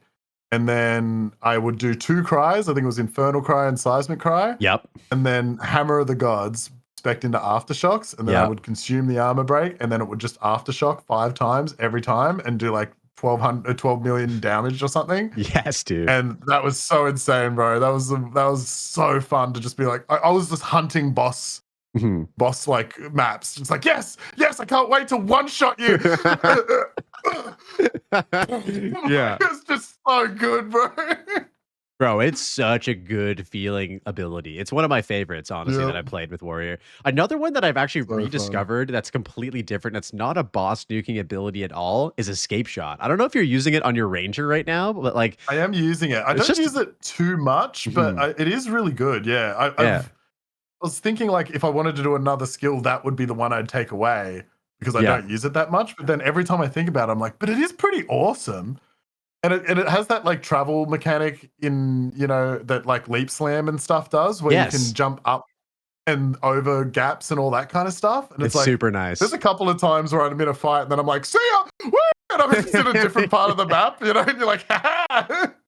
Yeah, so bro. Like, I discovered that in when I was playing through it the first time, because I hadn't played Deadeye basically since 0.1, and I was going through the spires at Dashar where they have those like broken bridges, and you have to kind of just jump and over. I backflipped over them, and I was like, "Yo, this is fucking tight." But yeah, the freeze buildup is the cherry on top, because it has like a 550% freeze buildup. So you put freeze in there and you're specced into it on the tree. And like usually what I'll do when I'm fighting a boss on the Ice Shot Dead, I'll go in there, freezing salvo, escape shot the boss. He's already at like 80% frozen, and then you just ice shot him until he gets frozen, ice bite, and then you fucking snipe him and he's already done half his health basically at that point. Pretty much, yeah. But it's just a good feeling ability. Like those movement skills like also allow you to traverse like shitty map terrain. It's just nice, man. It's just nice. Yeah, Escape Shot feels good. I should use them all. There was a point there where I was opening every engagement with it. I was sprinting. You know how if you use an ability, it instantly cuts you out of sprint. So I'd just sprint right up to a pack of mobs and then Escape Shot. And then I'd back out. They'd be all frozen. Then I'd just go, bah, bah, bah.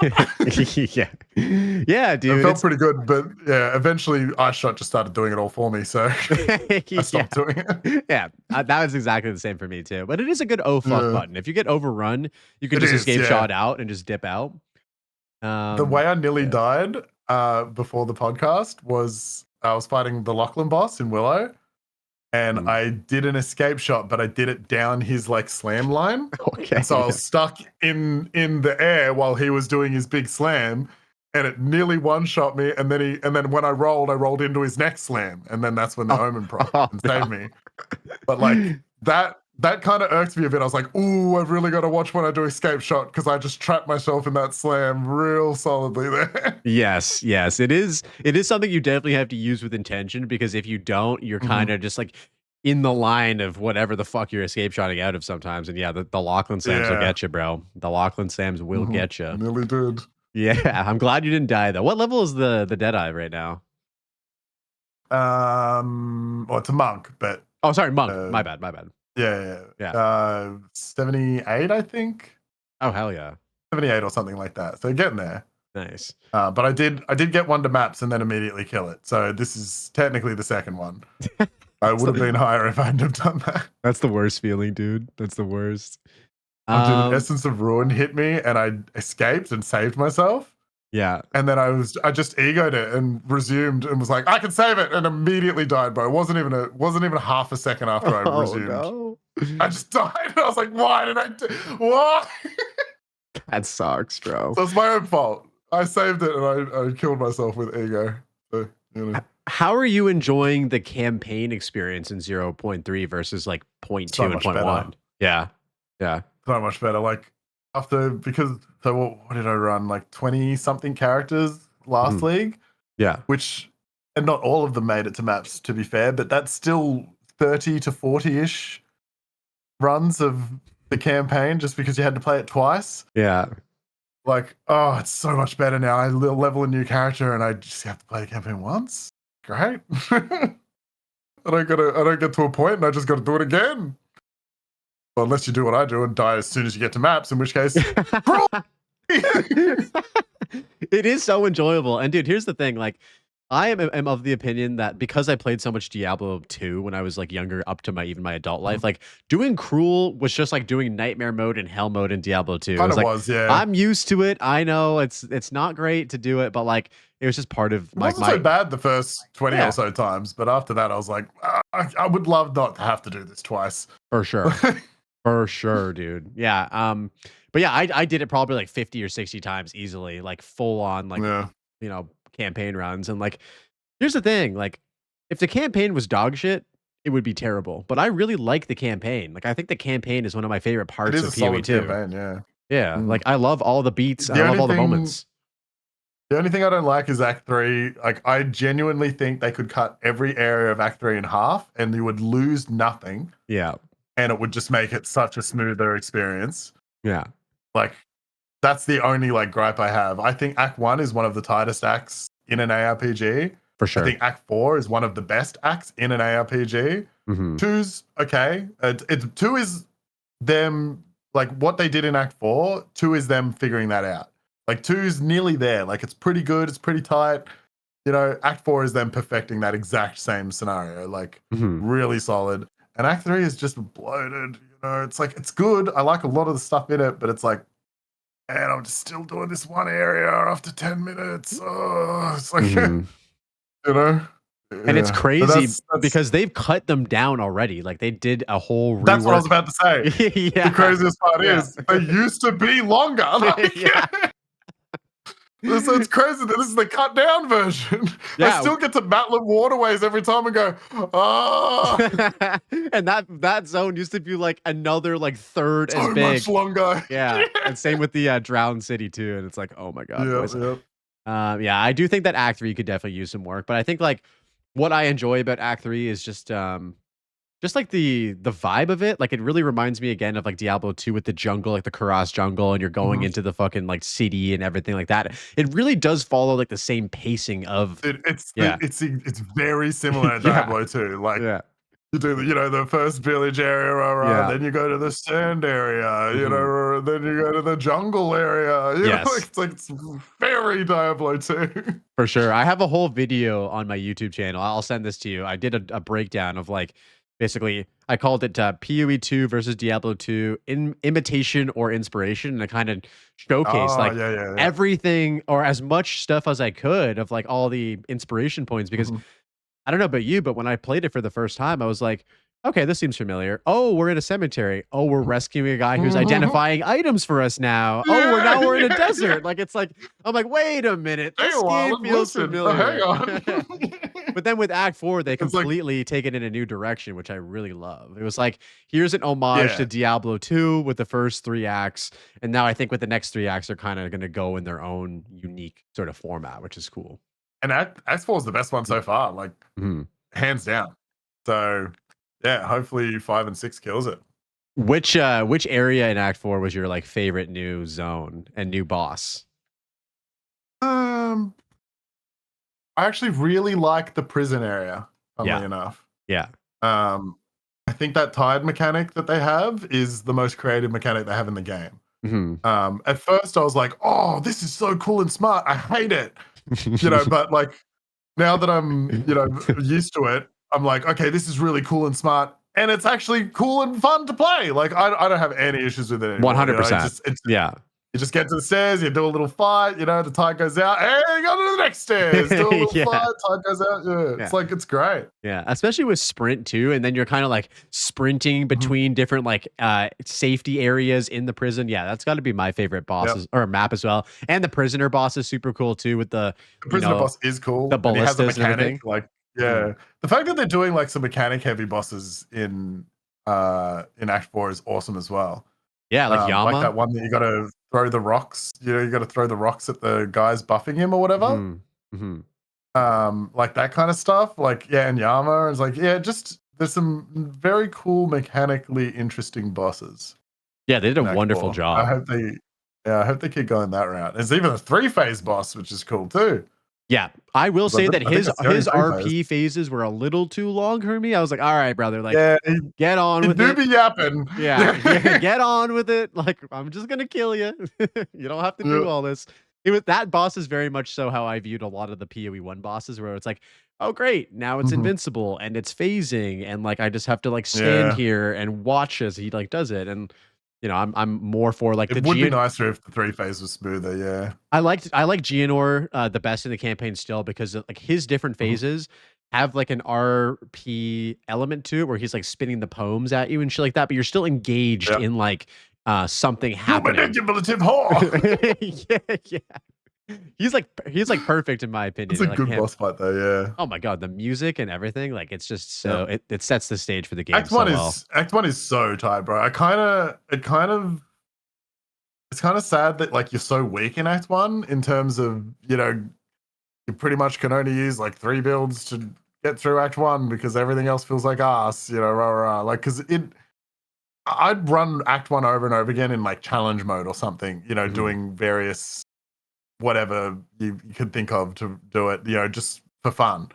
Except that there's really only 2-3 builds that are good in Act 1 to play. And so I can't really do it. It's like, you try and use monk skills, for example, like you just, until you're actually up and running with a couple of skills that do stuff, Yeah. It's true. I think that like there is this perceived sort of like limited build variety when it comes to like starting builds. But what's interesting is that I think that most of the skills that you get on characters up to like the level 3 or level 5 skill gems are skills that you can go to endgame with. Like with Monk, it's like 100%. You can go to endgame with Ice Strike and Tempest Bell and like just crush everything basically if you want to. The one you're using on your Monk character, that's the one that gives you in the tutorial, right? Yes, that's the first skill. It's literally the first skill you get. Yeah. And you're just blasting. I brought you up before the podcast and you were just fucking murdering the map, bro. Yeah. Like, So that's cool. Yeah, that is cool. It is cool. It's not great in the campaign. Like you have to, that's the interesting thing about some of these skills is that like they give them to you early, but like, in my opinion, I would never use, Falling Thunder until I have like 6 power charges and like Nova until you can projectiles. generate power charges. Yeah, like there's no point. Yeah, like I'm not gonna go around like culling one monster at a time for a power charge and then using it once. Like it just feels bad. Bro, the first character I played in Hardcore Trade was Huntress because I was like, I'm gonna play the new bloody character. Fucking send it hardcore. Come watch me. Literally just standing there holding the fucking shield. Parry! Backflip! And I use my 1 charge. Wah! All right, stand there for the next one. Boom! Disengage. Like it's just so within the vision, it hurts. Slow and boring. Like yeah. But like once you get, the frenzy, combat frenzy, it's every single attack is amazing. But before that, just boom. Which is I get it, right? It's like your character shouldn't feel fucking like a god right out the gate. Like Falling Thunder Yeah, I don't shouldn't have feel the answer insane out the for it. gate, you Yeah. know? Like, I but don't have the answer for it, but you're right. Like yeah. it shouldn't feel that strong, but I do feel like a lot of them feel too weak still, Mhm. though. Yeah, That like makes look at sense. Yeah. Contagion. Like Contagion is insanely strong all Dude, the way out the through. gate, Yeah. level 6, build It- online, bro. Like you yeah. are good to go. Yeah. Like, Yeah. Same with Lightning Arrow too. Like you pick up Lightning Arrow and Lightning Rod and you're just mhm. like you're fine until Did you get that yeah. level 1? That's Yeah. level 1 right Yeah. there. But same thing And with that's Rolling endgame. Slam and Bone Shatter. It's like those are level Mhm. 1 skills for the warrior, and you can go all the way into maps and beyond with Yep. those. I'm not super familiar with like sorceress stuff or crossbow shit, but like I'm pretty sure you can go all the way to maps with grenades. Like grenades from every crossbow Yeah, character for I've sure. used, like grenades slap. And I know I've seen like the Grenades were my favorite part of my only crossbow character, yeah. yeah, like I've seen builds now where like grenades are just going off like, giving They'd people be like so much seizures better and shit. now. Yeah. Yeah, Yeah. with like people actually using weapon swaps now and all that kind of stuff, and Mhm. especially having Witch Hunter with 100 bloody passive points, like grenade builds would be going absolute sick right now. That's going to be my league start for Timmy's league. I don't know. I want to cook up my own weird witch hunter build, but I don't know exactly how I want to do it yet. But yeah, I'm so intrigued with the changes to the witch hunter ascendancy with the 120 fucking. I do want to mess with that. Yeah, it just sounds like you could do so much shit with it. Yeah. I've kind of always weapon swapped. Like I first started weapon swapping for like Blink back in 0.1. Yep. And I was like, oh, weapon swapping is pretty cool. Mhm. But then 0.2, I did it with the Lich. I weapon swapped for Despair, so I could just make the Despair circle cover the entire screen, and then I didn't have to think about it. Just go, yeah, Despair, whole screen. Yeah. I was like, always like, wow, it's just free power. But then this league, now that they've actually lent into it and made it, instant weapon swap, and like everybody's messing up with it, and it's crazy what people are doing now. It feels so much better. I feel like a lot of people talk about the crafting and the sprinting and the campaign reworking and stuff like that. But like, honestly, weapon swap for me is up there with like some of the best changes to the game, especially with the support gem like rework as well. Like it just feels a lot more fluid, and builds are just like it just added so much more nice, to builds. especially being able to lock the things to both weapon sets. Yeah. That's crazy. Because like when I was weapon swapping Despair last league, I had a separate chaos one that I had to find, and then a separate focus that was nearly the same as the one that I had on my main. So when I swapped, I didn't immediately lose all my ES and res, like whereas now you can just lock it, my weapon swapping, everything's perfect. Yeah, it was such a smart choice to do that. I love that so much. Whoever came up with that, absolute props, homie. You're fucking crushing it. I agree. Yeah, and like, dude, the one thing, so Talkative Try, he did a video kind of interviewing a bunch of different friends of his, asking what like PoE 2 needed in this very moment. And you got your a ton of different responses from a bunch of great guys about like skill balance, crafting, end game content, all this type of stuff. My point that I added into that video was we need more unique items and build defining items. And what we got was lineage support gems, which are basically just like unique support gems, which can completely like open up different build possibilities. And those things are fucking tight too. I really love the addition of that, and I'm excited to see more of those added to the game as well, with more content too. Yeah, that is a very cool idea. I wish I got more of them and not just Kurgle's leash over and over again. You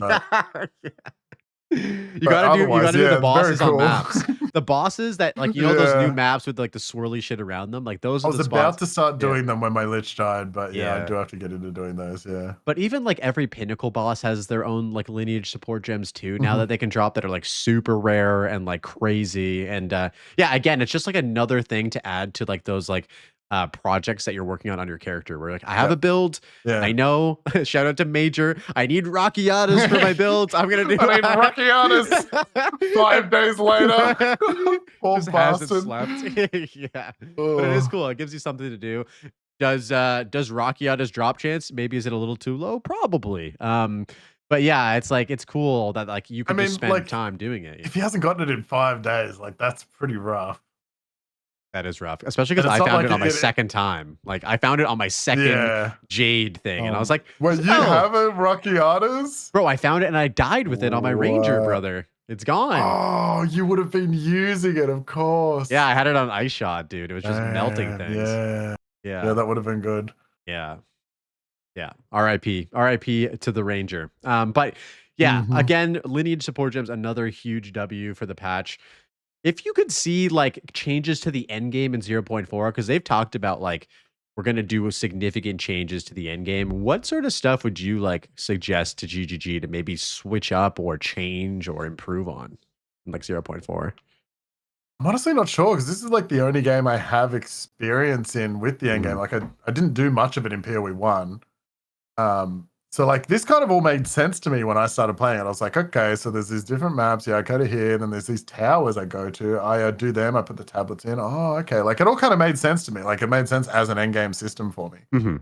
So I never really had a problem with it in the first place. I genuinely have no issues with it. Like Yeah. everybody else seems to. Um, That's fair. That's it'd totally just be fair. it'd just be more stuff to do. Like Yeah. even this league alone, it's so much better now because I'm not running Hidden Grotto every single 3 out of 4 maps. Yeah. You know, like even just before I came up against a map I hadn't seen yet, and I've played several hundred hours already. I think this league, like Yeah. so the fact that I'm still coming up to maps that I haven't played yet, it's like, oh, what's that? Oh, okay, that's going to be that biome, or what boss would that be? It's probably going to be this boss, rah, rah, like. I mean, that's already way better, but I honestly just think it'd be more content. That's it. Imagine how many different types of maps there's going to be when there's 6 acts in the game. Like it's just going to be Mhm. outrageous how much variety you can get. I think the Yeah, biggest it's gonna problem be that people awesome. have with is like towers, like because a lot of people compare to the end game of PoE 2 to PoE 1, where like PoE 1, if you liked running like Sandspit, you could just run Sandspit Just over run and Sandspeed. over and Yeah, over again. And it's like that which I would feel, get. yeah, that would be awesome. So I think like Yeah, for I get that. me, if there's gonna be a rework to towers, like I've said this a couple times, but I'll sort of reiterate it. Just give them all the grand project tablet so we can just like jump around to the maps we want instead of having to Oh, like, yeah. yeah, Once you hit a tower, you can just go exactly. to You any just of get it. the The things. whole Yeah, I radius could is see opened that. up. And that way you could Yeah. skip the shit ones and you could do the ones you want. And Mhm. it just gives you more sort of control over like what maps I enjoy doing and what maps I want to do.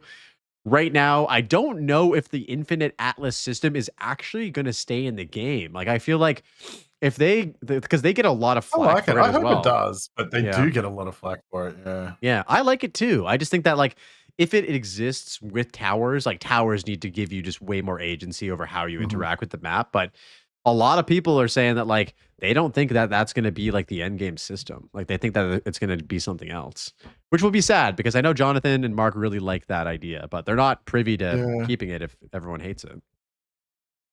Yeah, well, I mean, that's the best part about GGG is they play the game themselves very evidently, which is a Yes. lot more than I can say about some games I play. Blizzard.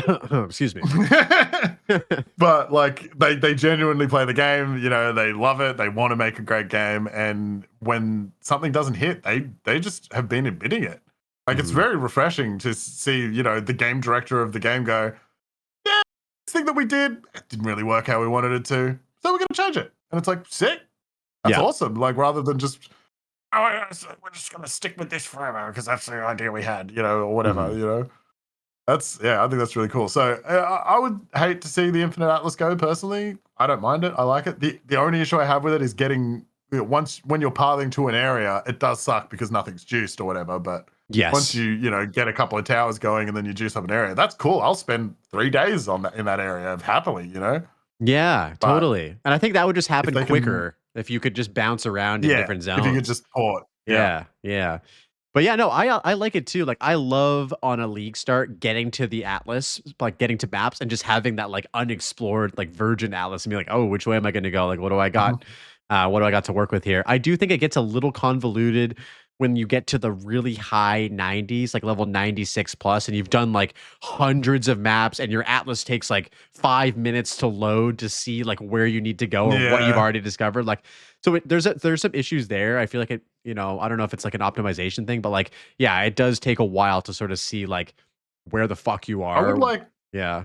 I would like a search function for the Atlas. It might already exist and I'm stupid, but I don't think so. like for instance, like when I just want to fight a boss, like I could Mhm. just go "Boop, boop, boop," boss fight, and then I could just click next and it'd just cycle where everything has a boss or whatever, or a map I like, I really like Sandspit, and it just cycles through all the Sandspits that I have, Oh my visible or god, something that's like such that. a good idea. I feel like they must be Yeah, working on that, and they must be putting that in the game they soon probably are, because surely. yeah, because it's so good. It's like the Because it's just passive the tree. bigger it gets, the harder it is to find, stuff that you're looking for. Like, even though I know there's this boss on this map somewhere, I can't remember where, and I know there's a bookmark system now, but I'm not going to bookmark, this boss on this map. Yeah, I bookmark like in deadlies or citadels or something, for But sure. like just Yeah. having a search function would be pretty cool, I think, I can't tell you how many especially times once I've you're high like level. yeah, I can't tell you how many times I've like gone through and like searched for something that I wanted to do, forgot to bookmark it, didn't have a map in my inventory, and then closed out the atlas, grabbed the Yeah, and map, then it's and then gone. and then it's gone. I'm like, no, where was Yeah. I? I have to like go back and Actually, find it again. also, it just remembering where you were when you closed the atlas would be nice too, because yeah, it resetting to where you actually are. There's a home button. We can click that whenever we want and see like, or your location button or whatever, Yeah. and it'll just go to your location. But it definitely, if you're just exploring the map and finding what to do, and you close out, it definitely should come back up when you open it back up to where you were sitting. I 100%. agree. That's Yeah. that's did me dirty so many times, bro. Like Hmm. it's actually tilting. Yeah, I Yeah, can agree on so that. so yeah, you're pretty set with the end game. You're just excited to see sort of what else they do for it, more content and stuff like that, which is Yeah. super cool. Yeah, that's awesome. Yeah, I just think more content will be better. Maybe if they can solve that whole it feels a little lackluster to get to a tower Hmm. problem, then sweet. But yeah, otherwise, I don't mind it personally. For sure. So I gotta ask, how do you see the future of this game? Like, as of right now, obviously very much still in early access. We've had a couple big updates for it. Do you think that this game is gonna like pop the fuck off when it goes free to play in 0.1, barring any, major fuck ups? So my mate Pest says pretty commonly that he thinks this is going to be the best ARPG there is when it's done, and Hmm. I would be inclined to agree. Hmm. Um, I think it's already fairly up there, but like if you think about all the cool stuff that's in PoE1 that they're just can just bring over to here, all the cool new stuff that they're already thinking of for PoE2, like once this is out, like I'd be hard pressed to think there would be a better ARPG that exists, to be perfectly honest. For Like sure. I think it's gonna be amazing. Yeah. I think in like 2 years, maybe Hmm. one, but probably closer to two. It's gonna be absolutely amazing. And I guess depending on how they, there's always going to be the people that don't like the slightly slower gameplay, the slightly, more focus on combos and stuff like that. It's fair. But yeah, I think this could do quite well across the board with, not even just trying to bring in PoE1 players, just new players. And I think it could go really well. Dude, for sure. I agree. Like Mm. I've had multiple people, like many people that I've talked to in stream and stuff like that have said, I've never played an ARPG before. This is my first one that I've ever played. And I'm like, what a time to be alive. We're like PoE 2 is going to be people's like first ARPG that they ever play. And once the game goes free to play at 1.0, like it's going to be setting the stage because it already makes most early access games look bad in comparison. And I've played a lot Yeah. of like early access games. A lot of them turned out to be incredible, like Rust and stuff like that. But a lot of them are just like duds out the gate. Whereas like PoE 2 kind of makes it so like are all early access games supposed to be this polished, like visually polished and like everything? And like, yeah, it's already in such a good state. I think it's gonna be crazy when it's done. As long Yeah. as they don't Same. fuck it up. I actually can't wait. Like I'm so keen for when there's more stuff. Like this is the start of it. Like where now we're crafting and now we have more content and Yeah, stuff like that. Like this is a taste of what it's gonna be, and I think it's gonna be really good. I agree, man. And like, here's the thing Mm. with 0.3, it's just such a promising update because it was reactionary in the terms of like they were addressing a lot of feedback, lack of crafting, Yep. cruel, and all that kind of stuff. But it also just added so much good stuff to the game. And like, if they can keep up that like that momentum that they built up with 0.3 and just continually improve on the game, like, oh my god, dude, like it is just Mhm. very it is just looking very, very good for the future of the game for sure. Hopefully they nail like a lot of cool end game stuff for this next patch. 'Cause they're meant to be doing end game stuff 0.4, right? That's what I've come to understand. Like Yeah. what they've said was like, Zesh isn't supposed to be the only breach boss. There's supposed to be 4 bosses Mhm. that you fight and you get up to Zesh, and like that's supposed to be sort of a system that you interact with for every single piece of content. Like there's Yeah. multiple tiers of these bosses, and like I could only imagine like, I'm sure they're cooking up a lot of cool shit. I'm excited for it.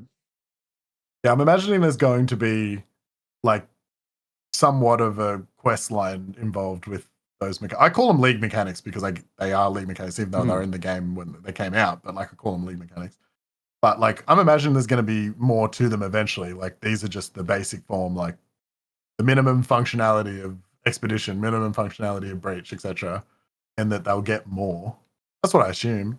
Yeah. But then there'll also be, the new end game mechanics like abyssal and stuff like that, and whatever the hell they come up with in leagues. And yeah, I think it's going to be a banger. Me too. One thing that I really love about PoE 2 is sort of like how the league mechanics are introduced throughout the campaign in sort of a more like narrative style. Like I really like Mhm. that in like Act 1 in the hunting grounds, you like talk to Finn and he's like, yo, go to Yeah, and you Freythorn. do the There's a ritual dude in stuff. there. Yeah. Yeah, And then in like Act 4, you got like, the introduction of like King's March and like the expedition homies and like all that kind of stuff. expeditions. Yeah. Yeah, and like there's the delirium boss that like comes in there too. And like all of Mhm. this stuff is sort of intertwined. Whereas like with PoE 1, it felt very much like when I was playing through the campaign, they had just dropped like, yo, this is the, beast crafting dude. He's just like there hanging out. And like, I don't know if I, he's, yeah, I don't know like where he's he just fits. chilling. Yeah, I don't know where he fits. Is he part of the story? Is he part of like something? Do I need to pay attention to this? And like, it felt like very much Is so. that Yeah. Ironheart? I forget what his name is. It might be Ironheart. I can't remember. I didn't, I think it's Ironheart. yeah. He's a cool And he has a NPC. crossbow that shoots red bolts. Yeah. That's him. Yeah. Yeah, that was my favorite character in PoE 1. That guy's a Yeah. bloody legend. Yeah. I And I really want that like, crossbow. Why don't we have that crossbow? we need Ironheart's crossbow, dude. That would be sick. That'd be a sick, unique item. But yeah, I really hope that moving forward with like Act 5 and 6, they can continue to just like introduce these league mechanics in like engaging ways instead of just Mhm. like placing them in a map or like in a zone somewhere Yeah. without like anything. Because I think that just makes it so much more accessible for people when they actually are like interested about the story of how they Mhm. all the league mechanics like fit into the game. Yeah. Yeah, Like how, the expedition guys are looking for Olroth yeah, and all that kind of stuff. Like gives a little bit of flavor to why they're just banging about sticking flags in the ground. Like exactly. So I just wanted to ask you a couple closing questions sort of at the tail end of the podcast. So we watched some of your like hip hop videos early on in the stream before the podcast started. I gotta compliment you, man. You had some bars, dude. Like um thank you. those were I did tight. rap for 15 years, so I would have had Yeah. to have been semi-okay at it at some point, surely. So give me sort of a breakdown of like your relationship with hip hop, with rap, and like where you're at with it now versus like maybe, back then as well. I've always been a creative person, you know what I mean? Like Hmm. streaming, content creation, gaming, rapping, music. I ran graphics and web design company for like a quarter of my life, and stuff like that. So I've always been creative in that sense. But yeah, I just at some point I moved to Melbourne when I was young and too like 17 or 18 or something, too young to be moving halfway across the country. But there's big hip hop scene in Melbourne, big graph scene, like the whole four Yes, elements dude. they call it Yeah. of rap and stuff. Yeah. Mhm. It was huge. And I just, yeah, it was like cool as hell. All these people are awesome people to hang out with. Like, yeah, I'm gonna, try and rap. And I was pretty trash at it for a real long time. But like anything, the more you work at it, the better you get. And yeah, I just ended up doing it for 15 years. And yeah, that's I pretty much love it, how dude. It's sick. I'm such a yeah. big hip hop head. Like for me, my outlet of the 4 elements was graph, and I still like Mhm. paint and stuff like that. I love it. And Yeah. I've been listening to like hip hop like since I was like a young kid, and it's still like my bread and butter. Like I'll always love it, especially the classics. I'm not the biggest fan of like the new age hip hop, like maybe like Mhm. 2020 plus, but yeah, like man, it's a really cool. Mine's like Yeah, 2000s era. Like I yeah. like and appreciate like 90s and 80s rap and stuff, but I Mhm, don't particularly choose to listen to it a lot. mhm. Like around the 2000s when I think they call it backpacker rap started being a thing, which is like LP from Run the Jewels. Yep. And like Atmosphere and stuff like Yes, that from dude. Rhymesayers and Yeah. yeah, all that kind of era of rap. That was where Mhm. I came into it, and I was like, Nice. this stuff is amazing. This stuff is awesome. Yeah. So that's the kind of era, like boom bap, pretty much Yep. was the like era of rap that I liked. And so like I agree, like I'm not too much into the newer kind of rap. I appreciate it that it exists and they're doing their thing, and I'm sure 90s people who like 90s rap listen to boom bap 2000s rap and went, and they're just rapping about rapping. To be fair, we were, but it was cool. Yeah. But like, it had I'm the sure same format though everybody does that. to some degree. Whereas I feel like with really new age stuff, it's like I don't know. I just feel like the boom bap It's stuff, definitely different. the boom bap stuff just hits, bro. Like Yeah, it the does. samples, the beats, the lyrics, Yeah. actually like the flows and everything like that. Like it has a very distinct like flavor to it that I really enjoy, and that can be said about like the '90s as well with like classics like Big L and stuff like Yep. that. But yeah, man, no, it's Occasionally I'll hear like something new that's kind of cool, like just because I'm like, oh, that's different and it's interesting enough that I'm paying attention, so that's cool. But mhm. yeah, for the most part, I'm like 2000s rap. That's just my shit. Hell yeah, dude. Yeah. So do you still like write lyrics? Do you have any inkling of Mm, making songs at all? Or you kind of just that's a chapter in your no. life that's over now? No, Yeah. so I did it for 15 years. Played a lot of shows, like played like 300 something shows, just getting on any show I could be on. I ended up, because I was doing the graphics design and stuff as well, I ended up designing for a lot of Australian rap artists. And then that would be an easy way for me to just segue into like, oh, I'll support you when you're doing a tour here, whatever, because I had a dialogue with them, and stuff. So I was able to get on a lot of shows through that because I'd worked with a lot of the bigger artists doing design and stuff. I don't know if you remember when MySpaces were a thing.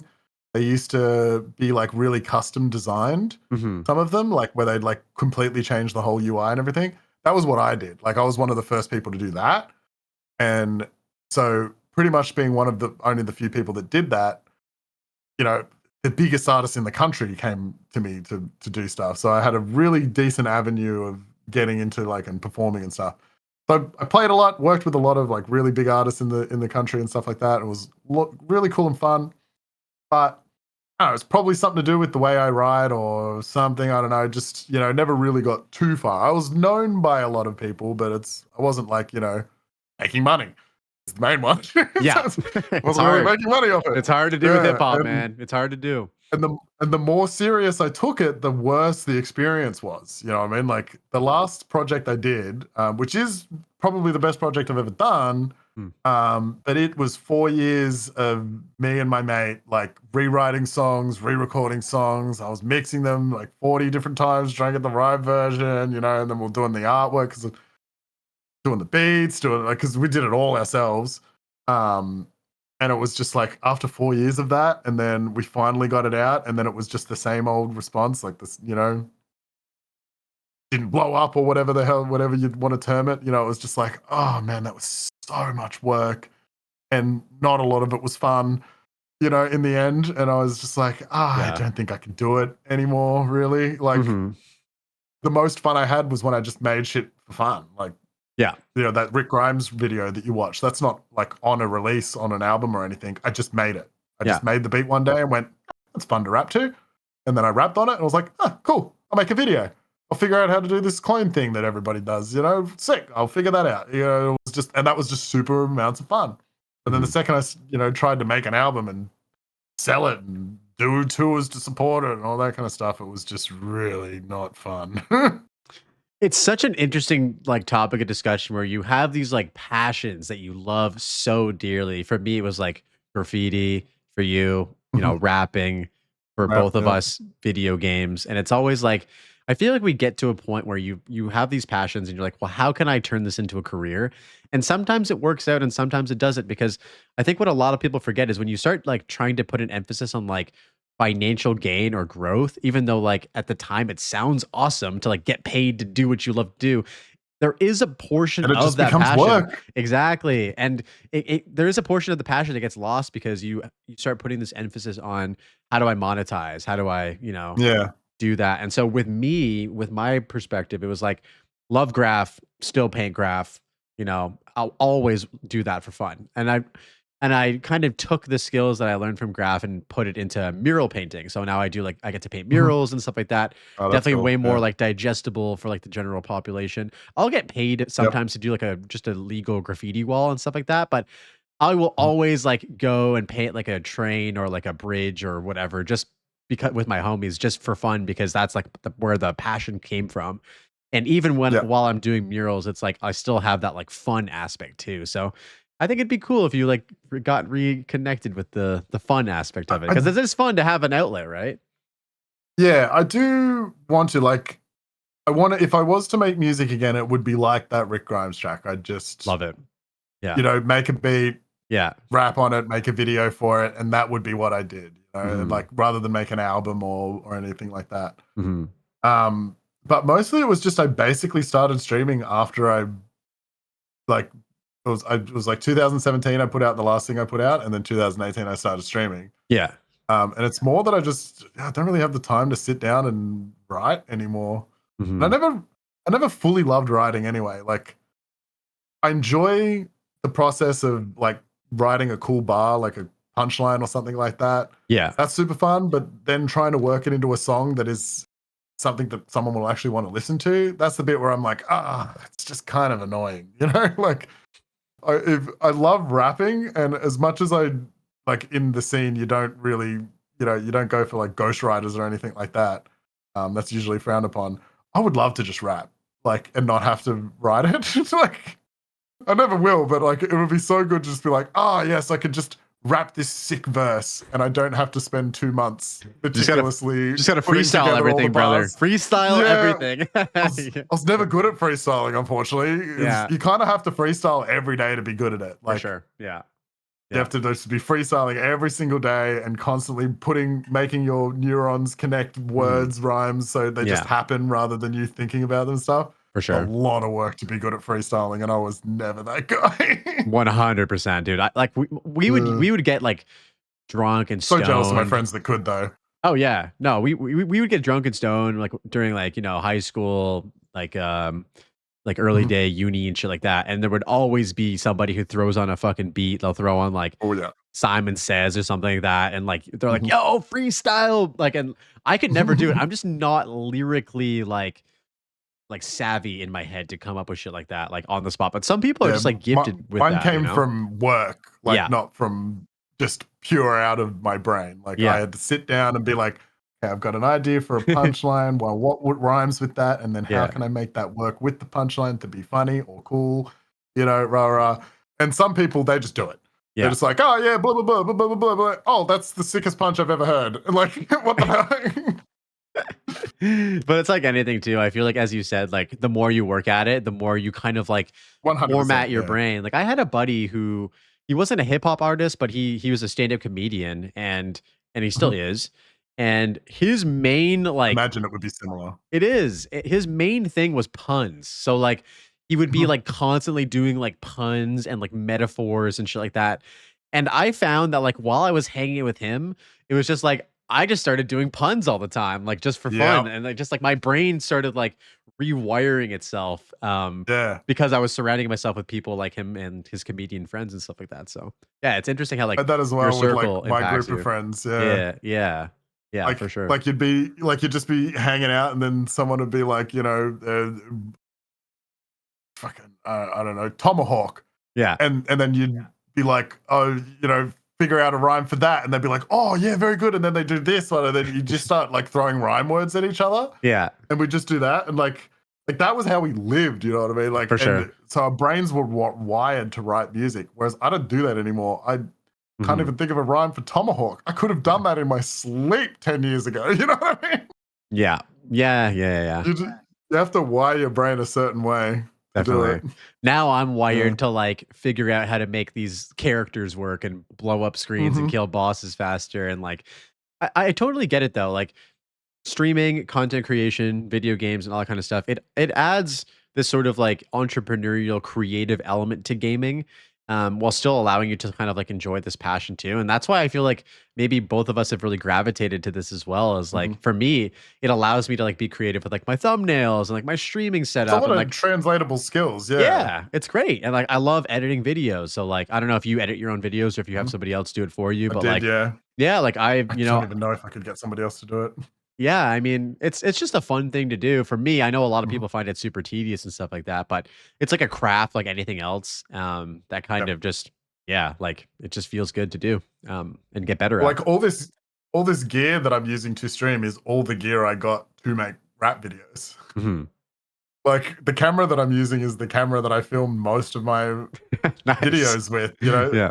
The green screen is the green screen I bought to do some green screen shots in like one video and like all that kind of stuff. You know? So it's all very like translatable skills, and all the OBS stuff is like the same kind of stuff I put together in After Effects for videos and And the all that kind of microphone stuff. too you had was like probably Yeah. good for that as well, Oh yeah, obviously. I had a decent I had Yeah. a decent mic because that's what I recorded everything on. But I Yeah. went to a Shure SM57 just because SM7B, sorry, Nice. just because it Yeah. was like better for it. But yeah, like I Yeah. had all of the gear already when I started streaming. I didn't have to invest at all. I already did.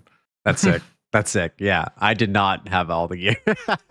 But oh man. All right. So yeah, just another couple things to close out. So I want to ask you like because you've been doing this since like 2017, 2018, you've been doing like streaming, content creation. Mhm. Um what Been a while. advice would you give to people who are looking to potentially start out on their content creation or streaming journey? It's mostly be consistent. Um, like stream roughly the same time every day. You Mhm. could start earlier or slightly later, but as long as you're live within like the same 4 to 6 hour block every day, that's huge. Like you will not pretty much ever get anywhere unless the people know when to tune in. So that's a big one. And obviously just use another platform to grow. Because it's very hard to do it just on Twitch. You got to make YouTube videos. You got to make TikTok. You got to do all that stuff. I don't do any of that stuff, but you should. Well, you have. You've done I YouTube for have. quite I a did it. while. Yeah, Yeah, yeah, yeah. yeah. No, I love that. But I Yeah. should have done it more, and I should have done more shorts, and I should have done TikTok, and I should have done all that. I should have actually used my social medias because I don't use them at all. Like you should 100% do all that. That's yeah, like growing on Twitch, very hard. Like you have to. The way I did it was just networking. I was in, you know, streams 24/7 because I wasn't really working much at the time and really liked streaming. So I was in every Tarkov streamer's chat, like because there was only 6 people that streamed it at the time. But I was in all their chats and everything. And then once you become known there, and then suddenly your name pops up on streaming, it's like people are like, oh, I know that guy.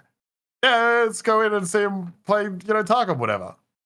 That's how I did it, but that's not a very reliable way to grow. Like, it's pretty much the only viable way to grow on Twitch alone, but you shouldn't because it's very hard to do. And, you also got to be pretty active in chats for people to give a shit about who you are. You know what I mean? It's like just some random guy that chatted twice. Nobody's going to go and watch his stream. You got to be a personality in a chat to grow that way, like, Mhm.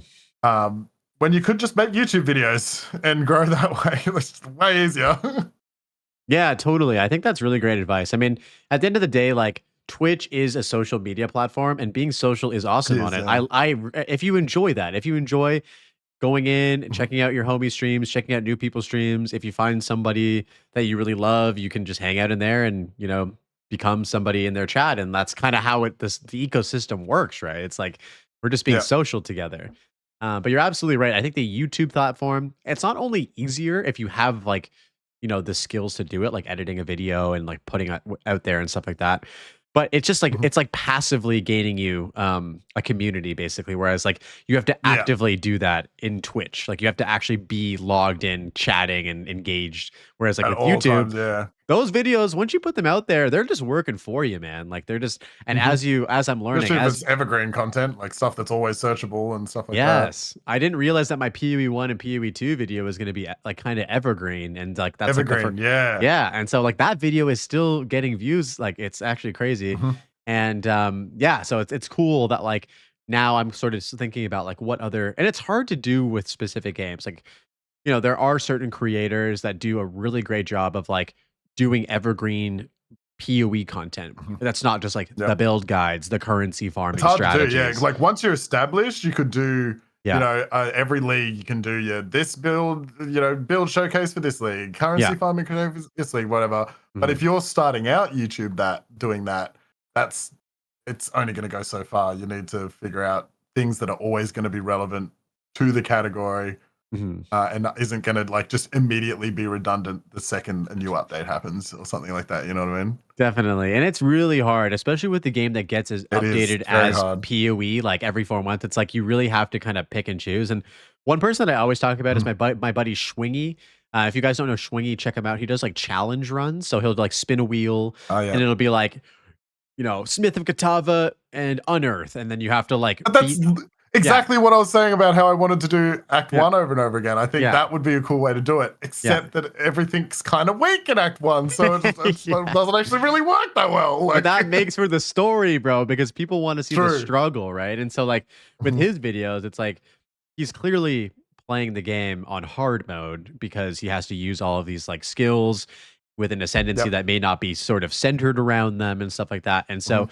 I think that no matter like where you are or where we are in like the PoE2 space, those videos are still relevant because like you can go back and Yeah. be like, oh, like this guy's playing a dog shit build and he killed Arbiter. Like I'm gonna watch that. Like it doesn't really matter when that was. You know what I mean? It's still gonna be funny. Yeah. So yeah, I don't stuff know like if that's you've pretty cool. seen on my YouTube, but I took off with Tarkov content by doing something called Loadout Lottery, which is like a thing I made that just randomizes your loadout. Okay. Like it does, gun, helmet, armor, rig, backpack, map. Basically, was how it Loadout started. Has more stuff randomizer. now. Love it. Yeah. Yeah, Yeah. and so it would just roll like PM pistol, Ford armor, like Yeah. so like crazy weird shit like that, and that's how I made like my Tarkov content. Nice. But I consider that evergreen, even though the game is different now to what it was when I was making that content. Mhm. It's still like people still hit me up and be like, "Yeah, just rewatched season 2 of Loadout Lottery. Like that was so funny." Rah, rah, rah. It's like it's semi evergreen in the sense that like nobody else played the game that way, and it's interesting to see somebody do a random kit to get to Kappa or whatever. That I never got to Kappa. I did Max Traders, but Yeah. yeah. So yeah, I agree. Like you can find little ways to do stuff like that, and where it's still relevant even if the game changes. Although that is the hardest part for me about it is I personally find that content redundant because the game's different now. But other people don't. That's just my personal gripe. For sure. And it is tough because you don't like for me, because this isn't my job, I don't want to make content that I don't enjoy because then it just takes Yep. the fun out of doing what I'm doing. Like I Mhm. like to just make shit that I would watch or that, I would enjoy. And I think that Mhm. that's like the kind of guiding like star for me with my shit. And yeah, it kind Yep. of seems like you're sort of the same way too, where it's like, for the most, and that's the tough thing too, is that sometimes you have to think outside the box and be like, not everybody thinks the same way you do, Blaze, and not everybody enjoys the same Mhm. shit that you do, Blaze, and like kind of open your mind up to shit. But it is tough sometimes because you're like, would I watch this? I don't know. Maybe. Yeah. Yeah. It's hard to find like a sweet spot of something that you enjoy, something that other people give a shit about, something that isn't immediately irrelevant. The next patch, like Yeah, for sure. yeah, Definitely. hard to find that. But So one final question. Can we expect as viewers to see any PoE2 content on the YouTube channel in the near future or future? I thought about it. That's part of the reason why I went gung ho on that Pinnacle boss, because I was recording all of that and I was like, okay, if this all goes well, this run goes well, I could maybe do a Tarkov main gets top 10 hardcore. So I don't know, and Yeah. something like that. I was hoping for the story to figure itself out because obviously Yeah. I couldn't plan like a thing for it. And so when the Pinnacle boss came up, I was like, okay, that could be an endpoint. Like I beat the new Pinnacle boss in blah blah blah days or like whatever, and then yeah, etc. But I died, so Welcome to That's all making fucking content gone. and hardcore Yeah. SSF, brother. Yeah, so that's all gone. That whole idea was shot. So now the end story of that was that I just got to top 20, I guess. But Redemption arc. yeah, The death, Yeah, it doesn't mean so it's over. You just got to redeem it now, you know? I have thought about it, Yeah. but yeah, I'm not sure. It probably I've probably already missed the mark on this league, obviously, um, for something like that anyway. But I don't know. Maybe next league I figure something out for it. I'm not sure.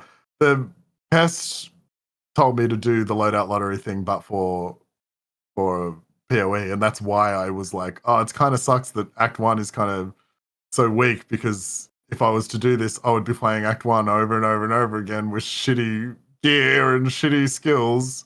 Yeah. And I was like, oh, I don't know if I actually want to do that. I don't know if that'd be fun, you know? So yeah, I'm not sure, but I have been trying to think of stuff to do because I would like to get back into doing YouTube content. And I got over doing the loadout lottery stuff with Tarkov, obviously. Mm-hmm. So it would be nice to do something new. Yeah, I But mean, I think that yeah. the loadout lottery thing or some sort of randomizer stuff actually does really well on YouTube for PoE. Like, and I don't think a Mhm. lot of people do it on hardcore either. So could be an angle Yeah. there because there's like having those stakes are, there's not a lot of people that like make hardcore content. I could probably name on like In one general, or yeah. one or two hands, like the amount of people that are even doing like build guides for like hardcore characters because you die That's sometimes. yeah, and so Yeah. that's one thing I was thinking of doing. I was like, so with the lich that I did that Yeah. I killed on the pinnacle boss, because I was just playing a lich that I'd always played, I was like, okay, I'm going to do something different here. Mhm. And I lent into the chaotic freeze support gem, and I figured out how that worked really well. So I can freeze stuff like instantly if I want to on any chaos build now, even Black Flame. In fact, it's better on Black Flame because all the spells do way more hits. Mhm. Only Dark Effigy pretty much does actually hits with chaos skills. But I figured out with my lich, I just had a fireball spell with Black Flame on. And then if I just threw that into the pack while I was doing my normal chaos stuff, everything could freeze super fast, and I could make bosses freeze really fast. And I was like, oh, okay, so I have like a freeze lich build here. And I was like, okay, this could be cool. Maybe I can make a freeze lich build video. But then I was like, but I'm in hardcore solo self-found, so I have shit gear. It's not optimized. Nobody's going to run this build because the most basic ED Contagion build in a trade league is going to shit on this because they actually have gear. You'd You know be what I mean? And I was surprised like, though. Like I feel like so here's like sort of a devil's advocate to this point. And me and my friends talk about mhm, this quite a bit because I have a couple buddies. We all do like hardcore SSF build guides. I'm more sort of starting out as a okay, newer yeah, content creator for that, but I want to do it. And the reason why I think it's good is because not everyone wants to play meta shit. So I think that like, mhm. at the end of Actually the day, specifically hate playing meta shit. yeah.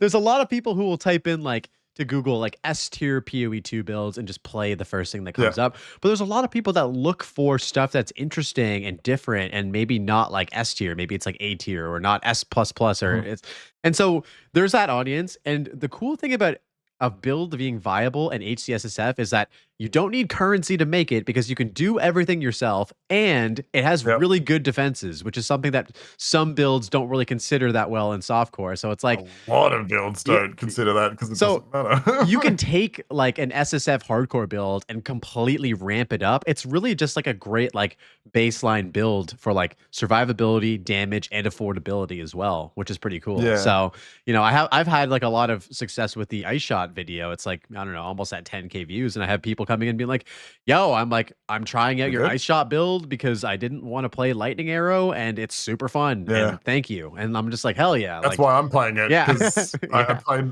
played Lightning Arrow last league and really loved it. But then Yeah. somehow this league it's better. I'm not surprised. Yeah. But like I was like, oh, well, I don't want to play Lightning Arrow anymore because everybody else is playing Lightning Arrow. I'm gonna There's a take the lot of ice people build. like that. There's a lot of people like that. So yeah, man, if you have cool interactions that like, they're obviously not going to be like Essence Drain, Contagion, Lich, but like I think there's an audience there for that as well. So I'd give it a shot, man. And just You're probably not wrong. yeah, yeah.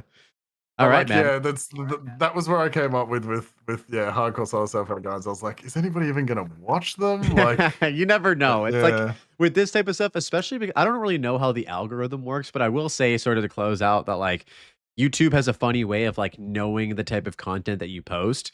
And if you hmm put out something differently, like I would just say like, keep your expectations like kind of tailored because you never know. Like the YouTube algorithm probably knows like yo, this guy does like Tarkov videos for the most part. He's done some Elden Ring. He's done some other things. But like when you post a PoE video, it's going to be like, what's this? Like, who is this your Yeah. audience and stuff like that? So I don't know. It is what it is. Funnily enough, the Elden Ring video is my most Yeah, I viewed saw- video I on saw my that. channel. Yeah.